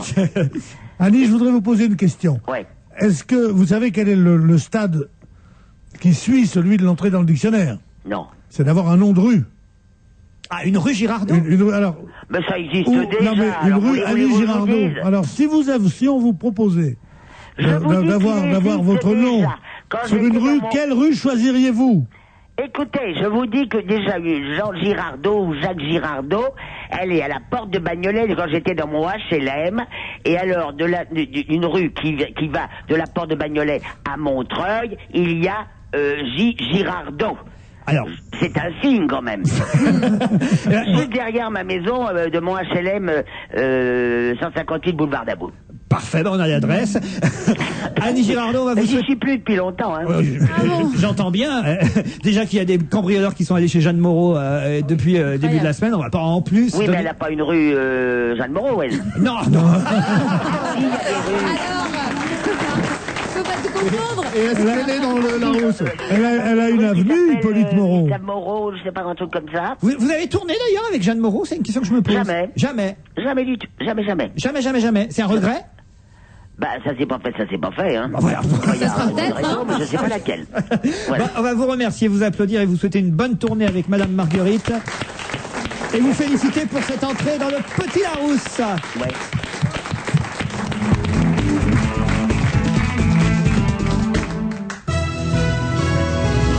Du 2 au 6 septembre, chez Intermarché, opération petit prix pour rentrée réussie. Un exemple, le jambon Madrange, 4 tranches, plus 2 gratuites, soit 300 grammes, transformé en France, 2,89 €, soit une réduction de 38% sur le prix au kilo. Tonton Ah, Léo, c'est un lieu de travail ici. Est-ce que j'ai le droit de t'appeler tonton jambon?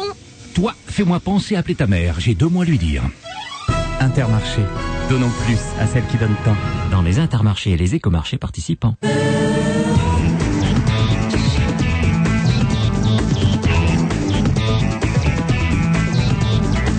Gêné, la suite avec Bénichou, Caroline Diamant, Hébé, Elsa Sayer. Et un sondage à la une du journal gratuit Métro, un sondage intéressant puisque 9 Français sur 10 se disent heureux au travail. Ça c'est intéressant, ça veut dire 89% pour être très précis, 89% des Français se déclarent heureux au travail, sauf que 54%, et ça c'est encore plus intéressant, pensent que les autres ne le sont pas. Vous comprenez ce que je veux dire? Très bien, ça, c'est, ouais. alors, c'est deux questions incroyables. 89% disent, nous, on est heureux au travail, mais alors, les autres, ça, c'est drôle, quand même. Non, mais ce qui est formidable, c'est 89% des gens qui sont heureux au travail. Moi, C'est un sondage du mois de mai. Faut le rapprocher de l'autre sondage qui dit que 92% des Français sont des menteurs. Alors, c'est incroyable, j'ai quelques chiffres paradoxaux comme ça, qui sont les principaux résultats d'un sondage, je vais le préciser, réalisé en juillet par l'Institut CSA pour le numéro de ce mois-ci, numéro de septembre, du magazine Enjeux Les Échos, un magazine qui est en kiosque aujourd'hui même. Cette enquête montre que tout ce qu'on entend habituellement sur les Français démotivés et l'impact négatif des 35 heures, eh bien, tout ce qu'on entend était exagéré, c'est ce que dit en tout cas le directeur de la rédaction de ce magazine. Il dit que si 9 Français sur 10 se disent heureux au travail, cela signifie qu'ils sont intéressés par leur métier. On note par ailleurs que le taux de satisfaction monte jusqu'à 91% parmi les salariés du service public, alors qu'il est de 87% parmi les salariés du privé. On se demande pourquoi il y a autant de grèves, pourquoi tout le monde se plaint, enfin vraiment. Bah oui, ça, alors... Mais c'est pas ça. Je crois, puisque l'explication politique était indiquée comme ça dans le commentaire de ce monsieur. Je crois que c'est 89% des gens qui sont heureux d'avoir un travail. C'est le chômage qui fait ça, je crois. Belle précision. Donc, heureux d'avoir un travail. Oui, enfin, c'est une hypothèse, hein, je sais pas. J'accepte. Docteur. Je pense qu'ils sont heureux de ce qu'ils font. C'est pas ça que vous avez pas précisé qu'ils avaient l'air heureux? On leur a demandé s'ils étaient fiers du travail accompli, s'ils étaient heureux au travail. Ils disent oui. Alors voilà. Alors donc je me trompe, mais c'est les Français sont épanouis. Et les sondés, les personnes interrogées jugent positivement l'équilibre entre vie privée et vie professionnelle. 78% de Français sont satisfaits de leur équilibre entre la vie privée et la vie professionnelle. Et ça c'est encore mieux parce que alors, vraiment j'aurais jamais imaginé ce chiffre. 76% des personnes interrogées disent être satisfaits de l'ambiance entre collègues au travail. Est-ce que c'est dû aux 35 heures tout ça? Est-ce qu'on fait partie des 76%? Est-ce que vous êtes content de l'ambiance entre les collègues? Alors moi je suis très très content. Ouais, Je suis très voyez, content. voilà, ça Du moment confirme. que Caroline Diamant continue à s'habiller comme ça, je suis content. Elle met trop de chemise, mais à part la chemise, tout va bien. J'imaginais pas que les Français étaient contents avec leurs collègues de travail. Moi je pensais que ça râlait dans les bureaux. Non, la machine à café, c'est l'endroit le plus convivial de toute la France. Le premier qui est parti de la machine à café, c'est celui qui se fait incendier juste après son départ. Oui, ça veut dire quand même que 76%, faut quand même pas oublier effectivement les 24% qui restent et qui eux sont peut-être montrés du doigt par les 76% de l'entreprise, non? Voilà. Ah Pierre. Non, mais c'est que c'est vrai qu'il y a les tâches sont moins bestiales qu'avant, quoi, sont moins et que les gens trouvent, on essaye de leur trouver des travaux. C'est vrai qu'il y a 50 ans, c'est sûr que la proportion serait inversée. Il y avait 76% de gens qui travaillaient à la chaîne et 24 qui avaient un travail un peu. Il y a un truc qui est quand même très antinomique. Comment se fait-il que tout le monde, et on a vu la France s'est arrêtée pendant un bon bout de temps, tout le monde dit, donc 84 ou 2% des Français disent ouais je suis vachement content au boulot, ça se passe super, et le mec descend dans la rue, la retraite plus tôt. S'il est si content au boulot, pourquoi il veut arrêter? Je ne comprends pas bien. Mais ils disent pas la retraite plus tôt. On ne dit pas la retraite plus tôt. Moi, j'aime pas beaucoup qu'on charrie les grévistes comme ça. Il y a un côté. Il est mort, ton chef Poujade. Il est mort. Il est mort. Arrête un peu. Il n'y a pas une place de Poujade ici. Il y a une place à prendre. Non, mais les grèves, c'est vrai que c'est très désagréable. Les grèves, c'est vrai que parfois, elles sont peut-être un peu injustifiées. Mais je veux dire, la grève, c'est quand même mais la grève, c'est formidable. Simplement, quand la grève crée exactement le contraire de ce pourquoi elle a été faite, ça pose un autre problème. Est-ce qu'ils ont interrogé les professeurs? Pardon? Ils ont interrogé les professeurs ou pas? J'imagine, hein, puisque ça doit être représentatif de toutes les tranches d'âge et de toutes les professions. Très représentatif, ça doit être. Ils ont dû, peut-être même parmi nous, des personnes ont été interrogées. Elsa, est-ce que vous êtes contente, heureuse au travail? Moi, je viens de commencer, alors je suis encore très contente. On verra dans quelques mois. Vos collègues, vous êtes satisfait de Pierre Bénichou? Parfois, il est un peu bougon. Ah, il est un peu bougon parfois. Ouais, ça lui arrive quand même. Il faut moins bougonner, souvent. Pierre. Vous bougonnez. Non, je bourgeonne un peu parce que je suis... J'étais sûr. J'avais la réponse. Non, mais Elsa, tu t'y feras, tu verras. C'est là qu'il est drôle, c'est quand il bougonne. Tu vas me dresser. Je vous en supplie. Je vous propose, pour moins bougonner tous, d'aller en Hollande voir un médecin pour qu'il vous prescrive sur ordonnance du cannabis, puisque désormais aux Pays-Bas, décidément, quel pays, aux Pays-Bas, on peut trouver en pharmacie du shit, de l'herbe, se rouler un joint, quoi, avec l'infirmière. Hop. Et pourquoi aller jusqu'en Hollande? On va dans le 9-4, on voit Joe Star, il fait la même chose. C'est mal connaître Joey. Ça c'est honteux, c'est honteux de dire ça. Donne rendez-vous à Joe Star à minuit, on verra si tu vas. Après Jean-Louis. Joe Star est un homme, il a jusqu'à 30 minutes. J'ai rien dit. Ma langue a forcé, je parlais de Jean-Louis Murat. Cet homme est fini, cet homme est foutu. J'aime beaucoup Joe Star, vraiment, pas un mot sur bien. Non, c'est quand même une première mondiale. Les Néerlandais atteints de maladies graves ou incurables vont pouvoir se procurer du cannabis en pharmacie sur ordonnance médicale. Uniquement maladies graves ou incurables. Oui, mais ce qui est idiot, c'est qu'aux Pays-Bas, on en trouve déjà dans n'importe quel coffee shop. Donc je vois pas pourquoi. Quel est l'intérêt? Et il est en plus moins cher, d'après l'article que j'ai sous les yeux, que celui qu'on achètera en pharmacie. C'est peut-être pas le même. C'est peut-être plus concentré encore. Non, c'est de meilleure qualité. Je vous propose qu'on le teste. Alors.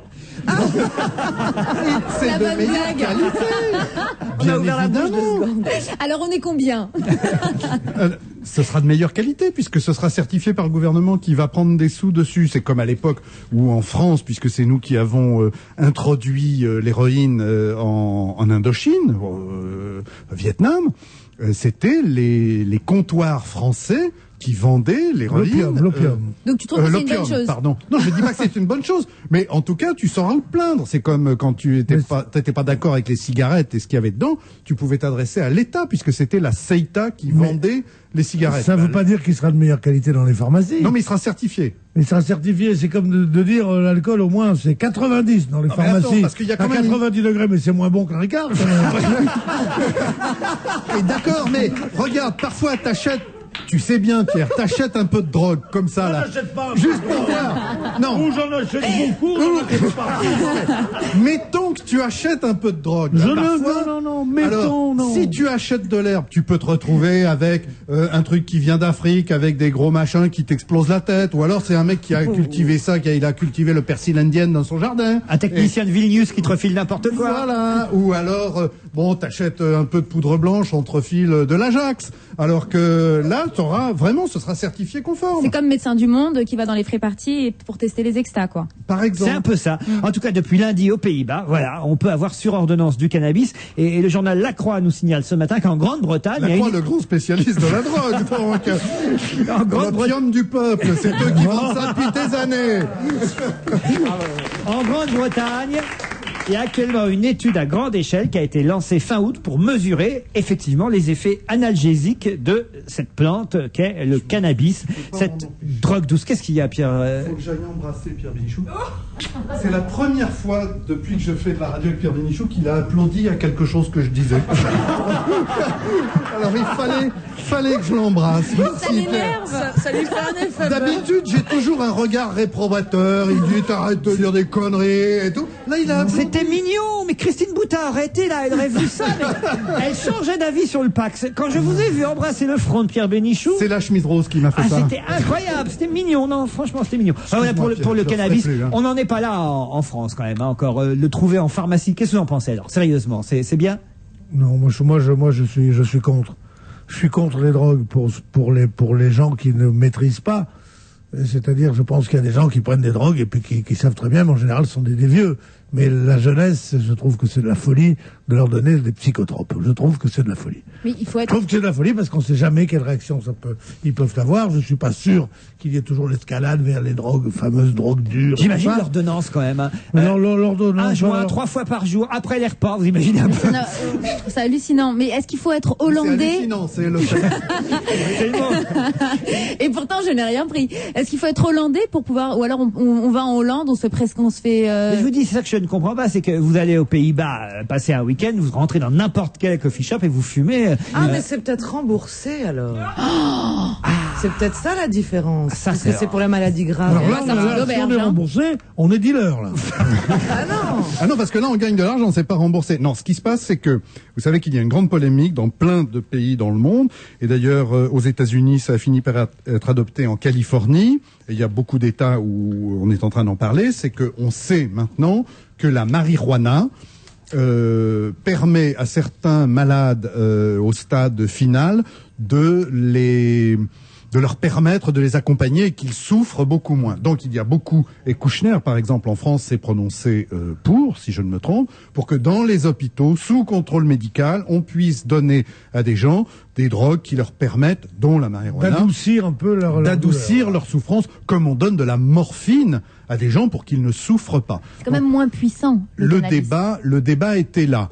On sait par exemple que Cary Grant, mon idole, a fumé pendant des années de la marijuana, alors qu'il continuait à exercer son activité de comédien, parce qu'il souffrait de je ne sais plus quoi, et c'était pas vraiment une excuse. Je crois.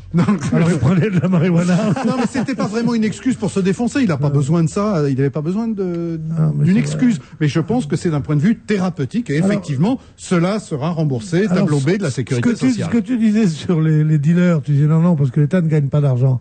Il faut pas gagner d'argent pour être dealer. C'est-à-dire que, comme vous le savez, la police ferme les yeux souvent sur ceux qui ne sont qu'utilisateurs. Consommateurs.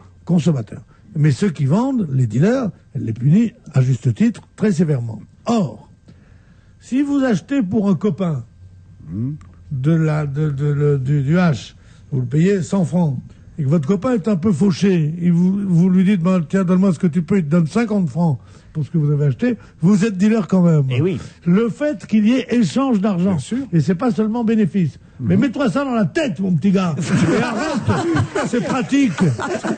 Allez, je vous propose d'abréger vos douleurs sur le cannabis avec un peu de musique, et vous nous parlerez, Jean-Bernard, après de ce disque, puisque vous avez écouté l'album en entier. Un extrait de cet album qui s'appelle Scala on the Rocks, 15 grands classiques de la musique pop interprétés par la chorale Scala. C'est belge, hein, comme chorale, je crois, non? Malgré son nom, oui, qui pourrait être milanais. Voilà, Scala sings 15 rock songs, 15 standards du rock, adaptés par ce groupe Scala. On en parle après, mais d'abord on écoute Smells Like Teen Spirit, qui est une chanson au départ du groupe Nirvana. Oui, c'est tout par cœur. C'est parti.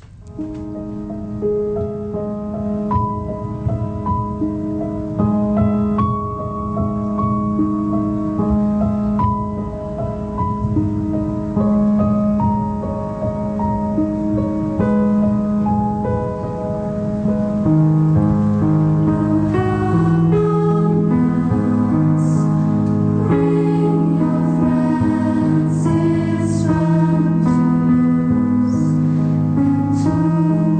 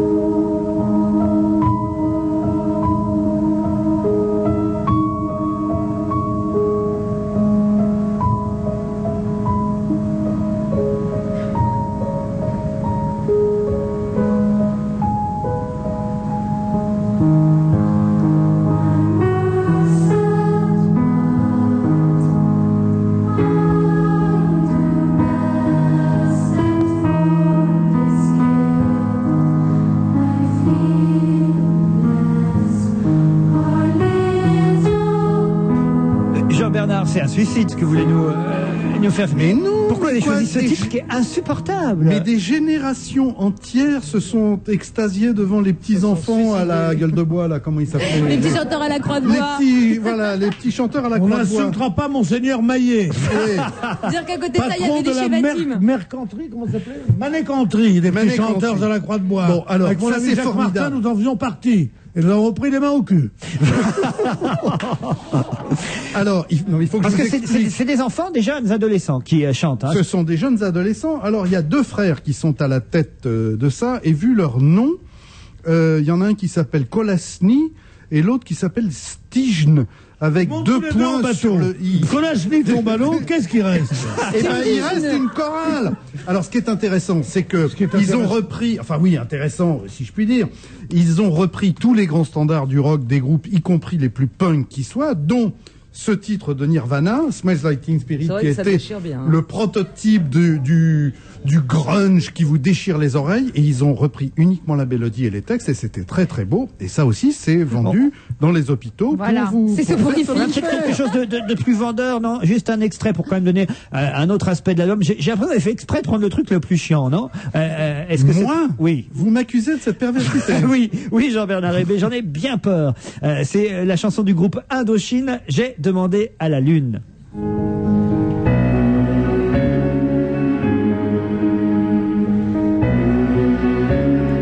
Ça commence pareil, remarquez. Non mais c'est la même chose mais en 45 tours. Ah, écoutez. Ah, c'est plus joli.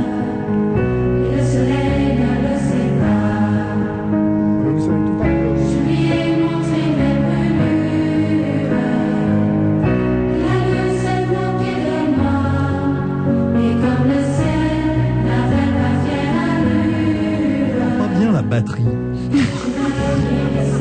Non, ça c'est bien, vous voyez, par exemple. Oui, parce qu'il y a plus de batterie. C'est ça, on entend mieux. Ah, non, Oui, non. mais moi je dirais comme je dis, ils n'ont pas la rock'n'roll attitude. Moi, je crois que je mange un rat si ça se vend. Oh, si, ça va se vendre. Il y a même... Eh ben, méfiez-vous. Prépare la moutarde. Prépare la moutarde. C'est déjà fait. Il y a même le groupe Téléphone qui est repris avec la chanson célèbre, autre monde. Un autre monde. Écoutez ce que ça donne, je suis sûr que c'est très bien ça. C'est mieux quand même.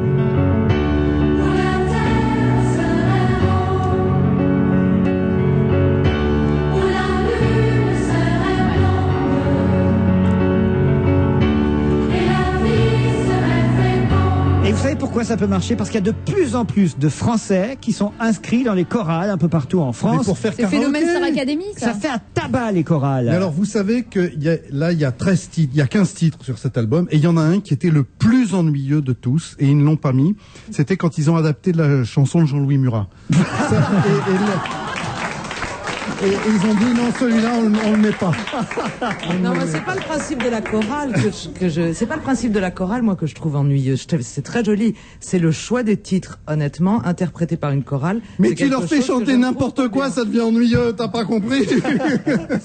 Je suis pas sûr, moi j'aime bien les chorales. Non, moi j'adore ça. Ouais. Moi Mais c'est j'aime beaucoup quand c'est d'anciennes chansons françaises, des chansons de Orléans, Beaugency, Notre-Dame Oui, de Cléry. ça c'est bien parce que ça a été créé pour ça. Or ces chansons-là, c'est pas à toi que je vais l'apprendre. Elles ne sont faites que pour exploser, pour des rythmes très forts. Alors ça leur enlève tout. C'est comme si on chantait, je sais pas, au clair de la lune sur un reggae. Au clair de la lune. Bon, Indochine, ça s'y prête quand même pas mal. Indochine, je suis c'est pas d'accord mal. avec vous absolument. Oui, ce que vous voulez Alors, dire, on c'est- prend les paris. Il faut alors. pas dénaturer. Il faut pas dénaturer Alors, les choses. donc, Caroline mange un rat si ça se vend à plus de combien d'exemplaires? Alors, voilà. Je m'engage à manger un rat si ça devient disque d'or, c'est-à-dire 100 000 Non. exemplaires. À mon Courez avis- acheter le disque. Oui, ça vaut la peine. On le fera On rigole. en direct à la télé, le rat. Et en gros. Et on chantera la reprise de Johnny, le rat. Ne mangera pas. Bon, Plus donc les d'adieu. choix musicaux ne vous plaisent pas. Très bien. Plus d'adieu sur les quais des TGV, c'est un titre du Parisien ce matin. Intéressant. Ça se passe à Lyon en ce moment, ça va être vrai un peu partout en France, dans les grandes gares. Pour prendre le TGV, on ne pourra plus être accompagné par son amoureux, son amoureuse, ou par un membre de sa famille, ou son amant, effectivement, parce que désormais, au bout du quai, les contrôleurs seront là, ils regarderont votre ticket. Oui, ok, vous pouvez passer. C'est-à-dire que c'est fini, vous ne pourrez plus aller sur les quais des les TGV pour faire coucou, au revoir. C'est peut-être la dernière fois qu'on se voit. Ça. Ah bon? Bien sûr, si vous allez prendre le Thalys, c'est-à-dire le train qui va vers la Belgique, tout, ou si vous prenez l'Eurostar pour Londres, on vous laisse pas aller sur le quai si vous n'avez pas un bifton. Comment je vais faire avec mes domestiques qui portent mes valises? Alors qu'est-ce qu'il faudrait que je leur achète des À billets? partir du moment où tu as des domestiques, tu leur payes des billets. Tu fais famille nombreuse. Les 17 domestiques pour porter tes chemises. Il y a une entorse au règlement parce que quand on est accompagné de personnes un petit peu âgées, je pense qu'on peut passer. Il laisse passer les personnes âgées. Donc t'as qu'à prendre des domestiques un peu plus âgés que prévu. Mais non, c'est les domestiques qui vont le prendre lui. Pierre, vous laissez pas faire. Pierre, si vous êtes un homme, vous avez jusqu'à 18h. Pour taper Jean-Louis Murat. Lui répondre. L'objectif est de tranquilliser les passagers qui ont le bon billet pour le bon train, d'éviter la foule sur le quai, les retards et les accidents, ainsi communique la SNCF. Eh ben, c'est pas ça la vraie raison. Moi qui suis un fan du TGV, qui prend le TGV extrêmement souvent pour aller dans mes montagnes, c'est qu'il y a un truc qui est beaucoup plus dangereux. C'est que quand vous rentrez dans le TGV, vous posez vos affaires, le casse-croûte, la valoche au-dessus, vous posez les nains qui commencent à jouer, il y en a un qui veut déjà les faire pipi alors que c'est fermé.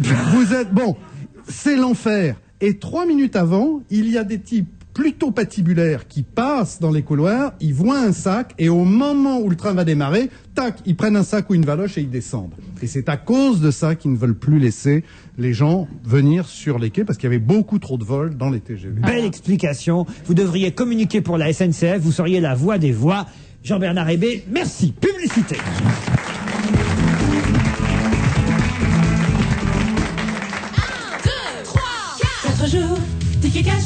Les 4 jours fantastiques vous attendent chez Carrefour, avec vos produits de tous les jours en libre service. Mes conserves de légumes, mes jus de fruits, mes pizzas bien croustillantes. Du 3 au 6 septembre, en les achetant chez Carrefour, vous recevez Et qu'est-ce qu'on reçoit 20% anti-cacache Carrefour. Voir conditions et modalités en magasin. Et je n'ai que 4 jours pour en profiter. 4 jours, ticket cash Carrefour. Plus que jamais avec Carrefour, je positive. Pour connaître les magasins ouverts dimanche 7 septembre, appelez le 3235, 15 centimes la minute à partir d'un poste fixe. À la Halle, la rentrée réussie, c'est une rentrée premier prix. Jusqu'au 10 septembre, avec les premiers prix, on est sûr de faire le bon calcul pour habiller toute la famille. La Halle. Mon fils de 15 ans, pour lui arracher 3 mots. Enfin, l'autre jour, j'ai réussi à l'amener dans mon supermarché Casino. Je le laisse 3 secondes à la caisse, le temps d'aller chercher ma lessive liquide que j'avais oubliée. Et ça aurait été dommage, parce que chez Casino, la lessive le chat est à 7,62 € les 3 litres. Et c'est tous les jours à ce prix-là. Et là, je retrouve mon fils en grande conversation avec une très jolie caissière. Depuis, il veut tout le temps y aller chez Casino. Supermarché Casino, on respire. Soit 2,54 € le litre, prix habituel constaté.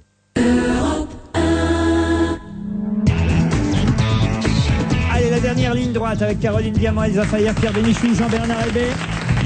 Jusqu'à 18h.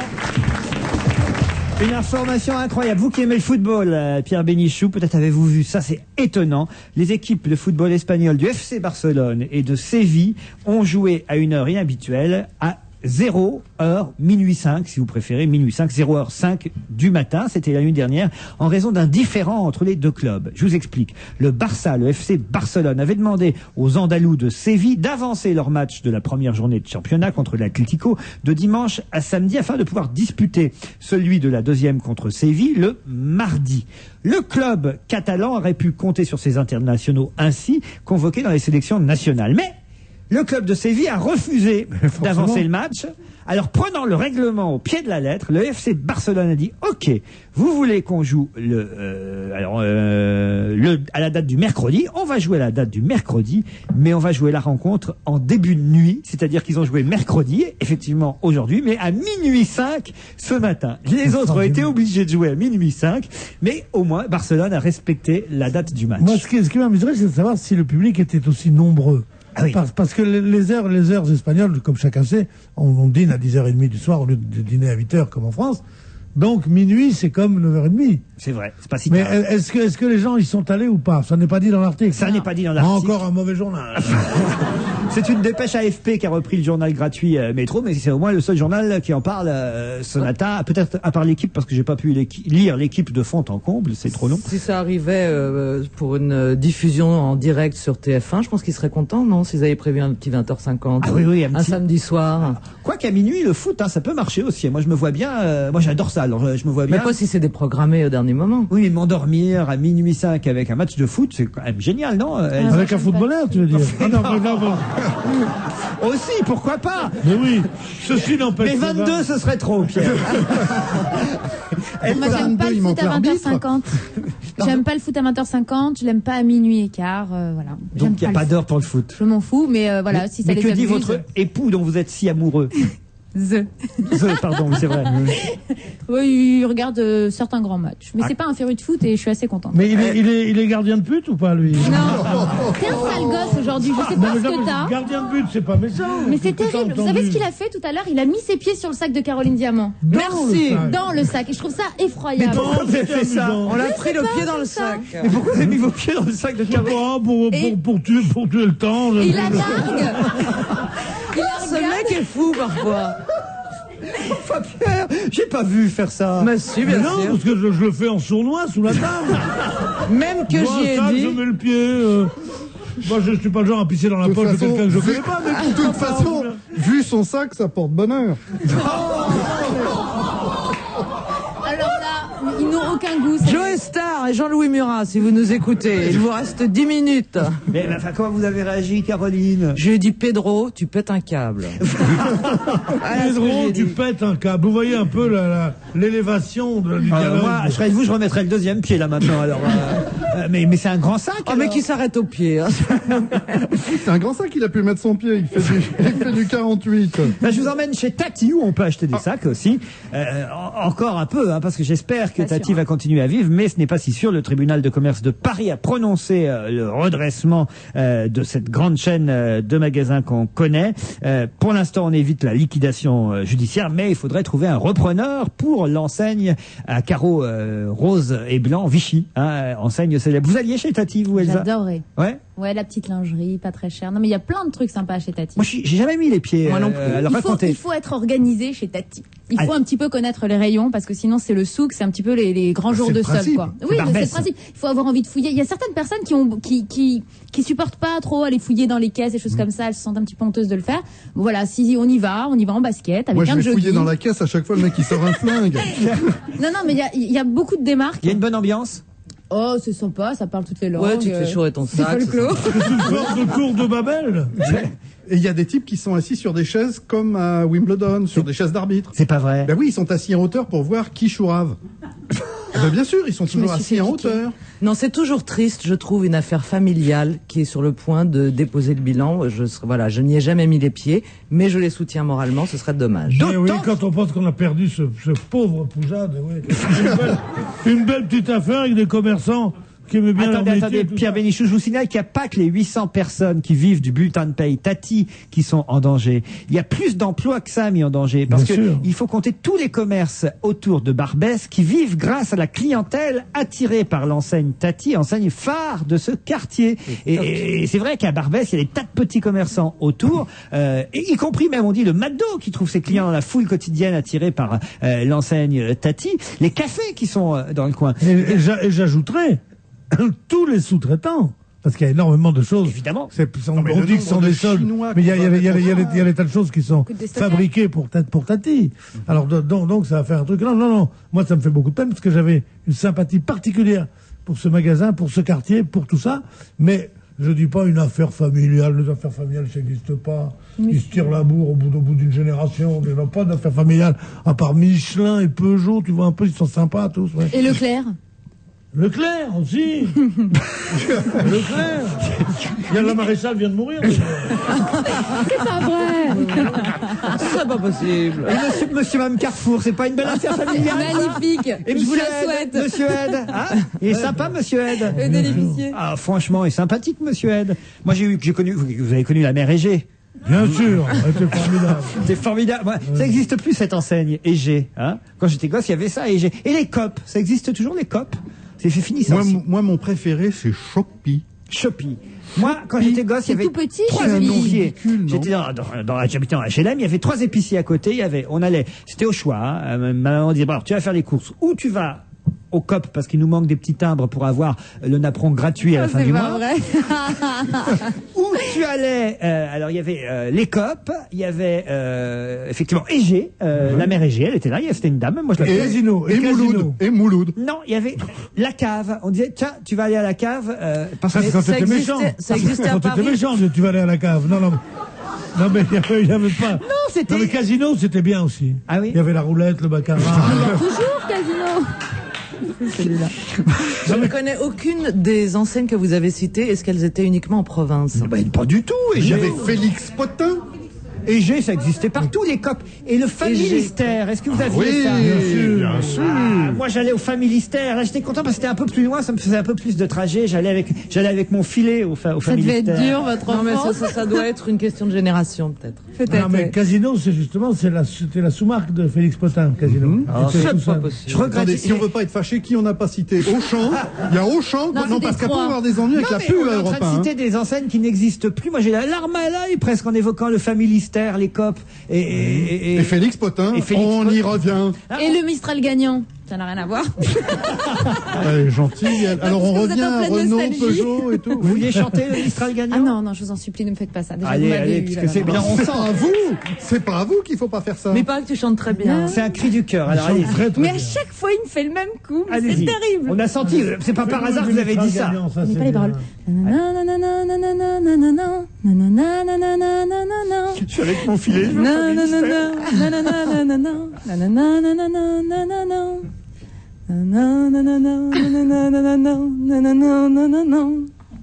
Et le Mistral gagnant. Vous avez vu à quel point je connais bien les paroles?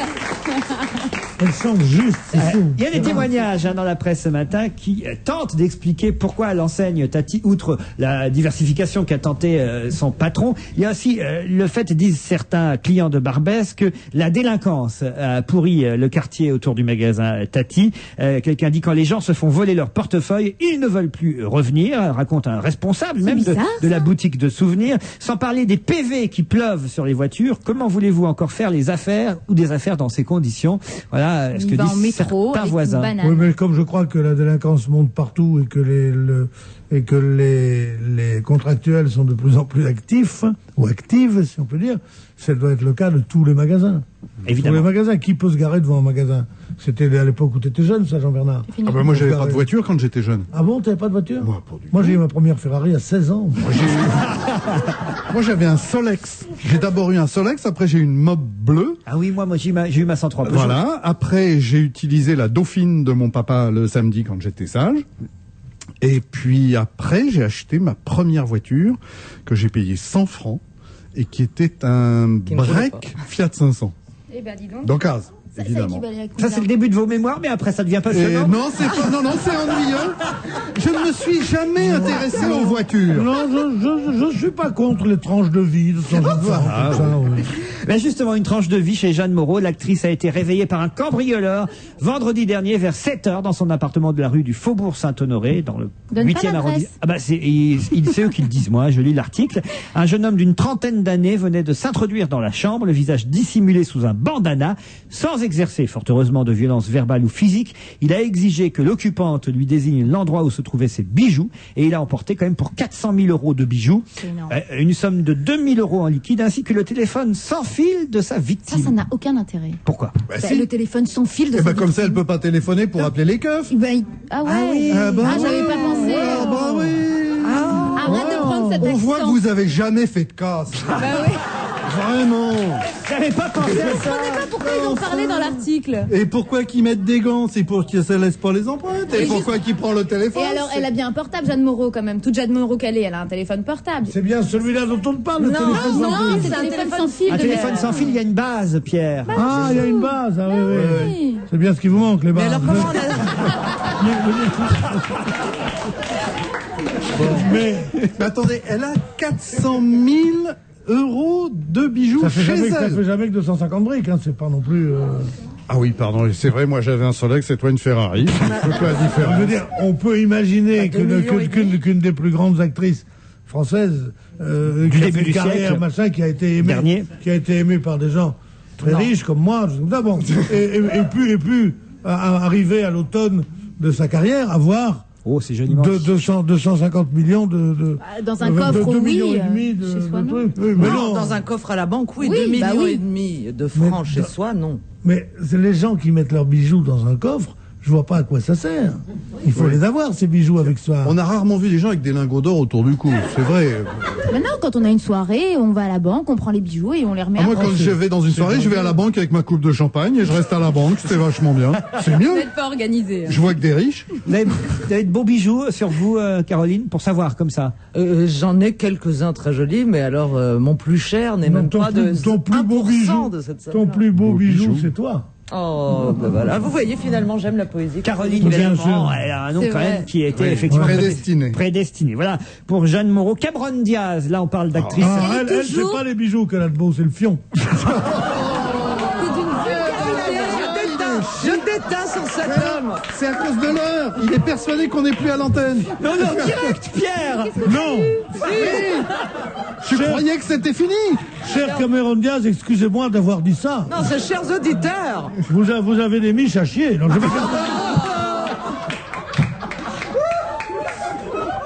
c'est un festival. Vous écoutez Europe 1 avec un nouveau générique. D'une élégance. Non, c'est le journal People qui va avoir lieu dans 5 minutes, oui. Cameron Diaz est désormais l'actrice la mieux payée au monde. Pierre non, forcément avec le cucala. Mais non, c'est Jennifer Lopez. Non, je me navre moi-même. C'est Julia Roberts. Pas du tout. Le Guinness des records nous le dit. L'américaine arrive en tête du classement avec 42,2 millions de dollars en un an. Une somme largement plus conséquente que les 21,2 millions de dollars gagnés par sa compatriote Julia Roberts. Et voilà. Et que les 2,5 millions de Jeanne Moreau. Qu'elle a plu. Voilà, on peut le dire, Cameron Diaz a détrôné Julia Roberts. Et en plus de ça, elle est avec Justin Timberlake. Et rien que pour ça, salut. Parce que avec une femme Elle était avec une pas Justine. Justin, l'ex de Britney Spears. C'est pas celle que t'as bien connue. L'ex de... Moi, je sais pas déjà, entre Raymond et Yvonne, j'arrive pas à savoir où ils entendent. Qu'est-ce que je veux savoir à Britney Spears? Déjà, mon voisin, est-ce qu'il paraît qu'il couche avec la concierge? Alors, je vais me mettre maintenant Britney Spears. Et puis quoi encore? Et des mecs qui s'appellent Justine, pourquoi pas Jacqueline? Eh bien, Pierre, c'est promis. Dans l'émission de demain, je vous ferai écouter parce que son album est excellent, l'album de Justin Timberlake. 3 awards au MTV et là, Music mon petit, Awards. ça va te trouver le cul. On se retrouve demain entre 16h et 18h.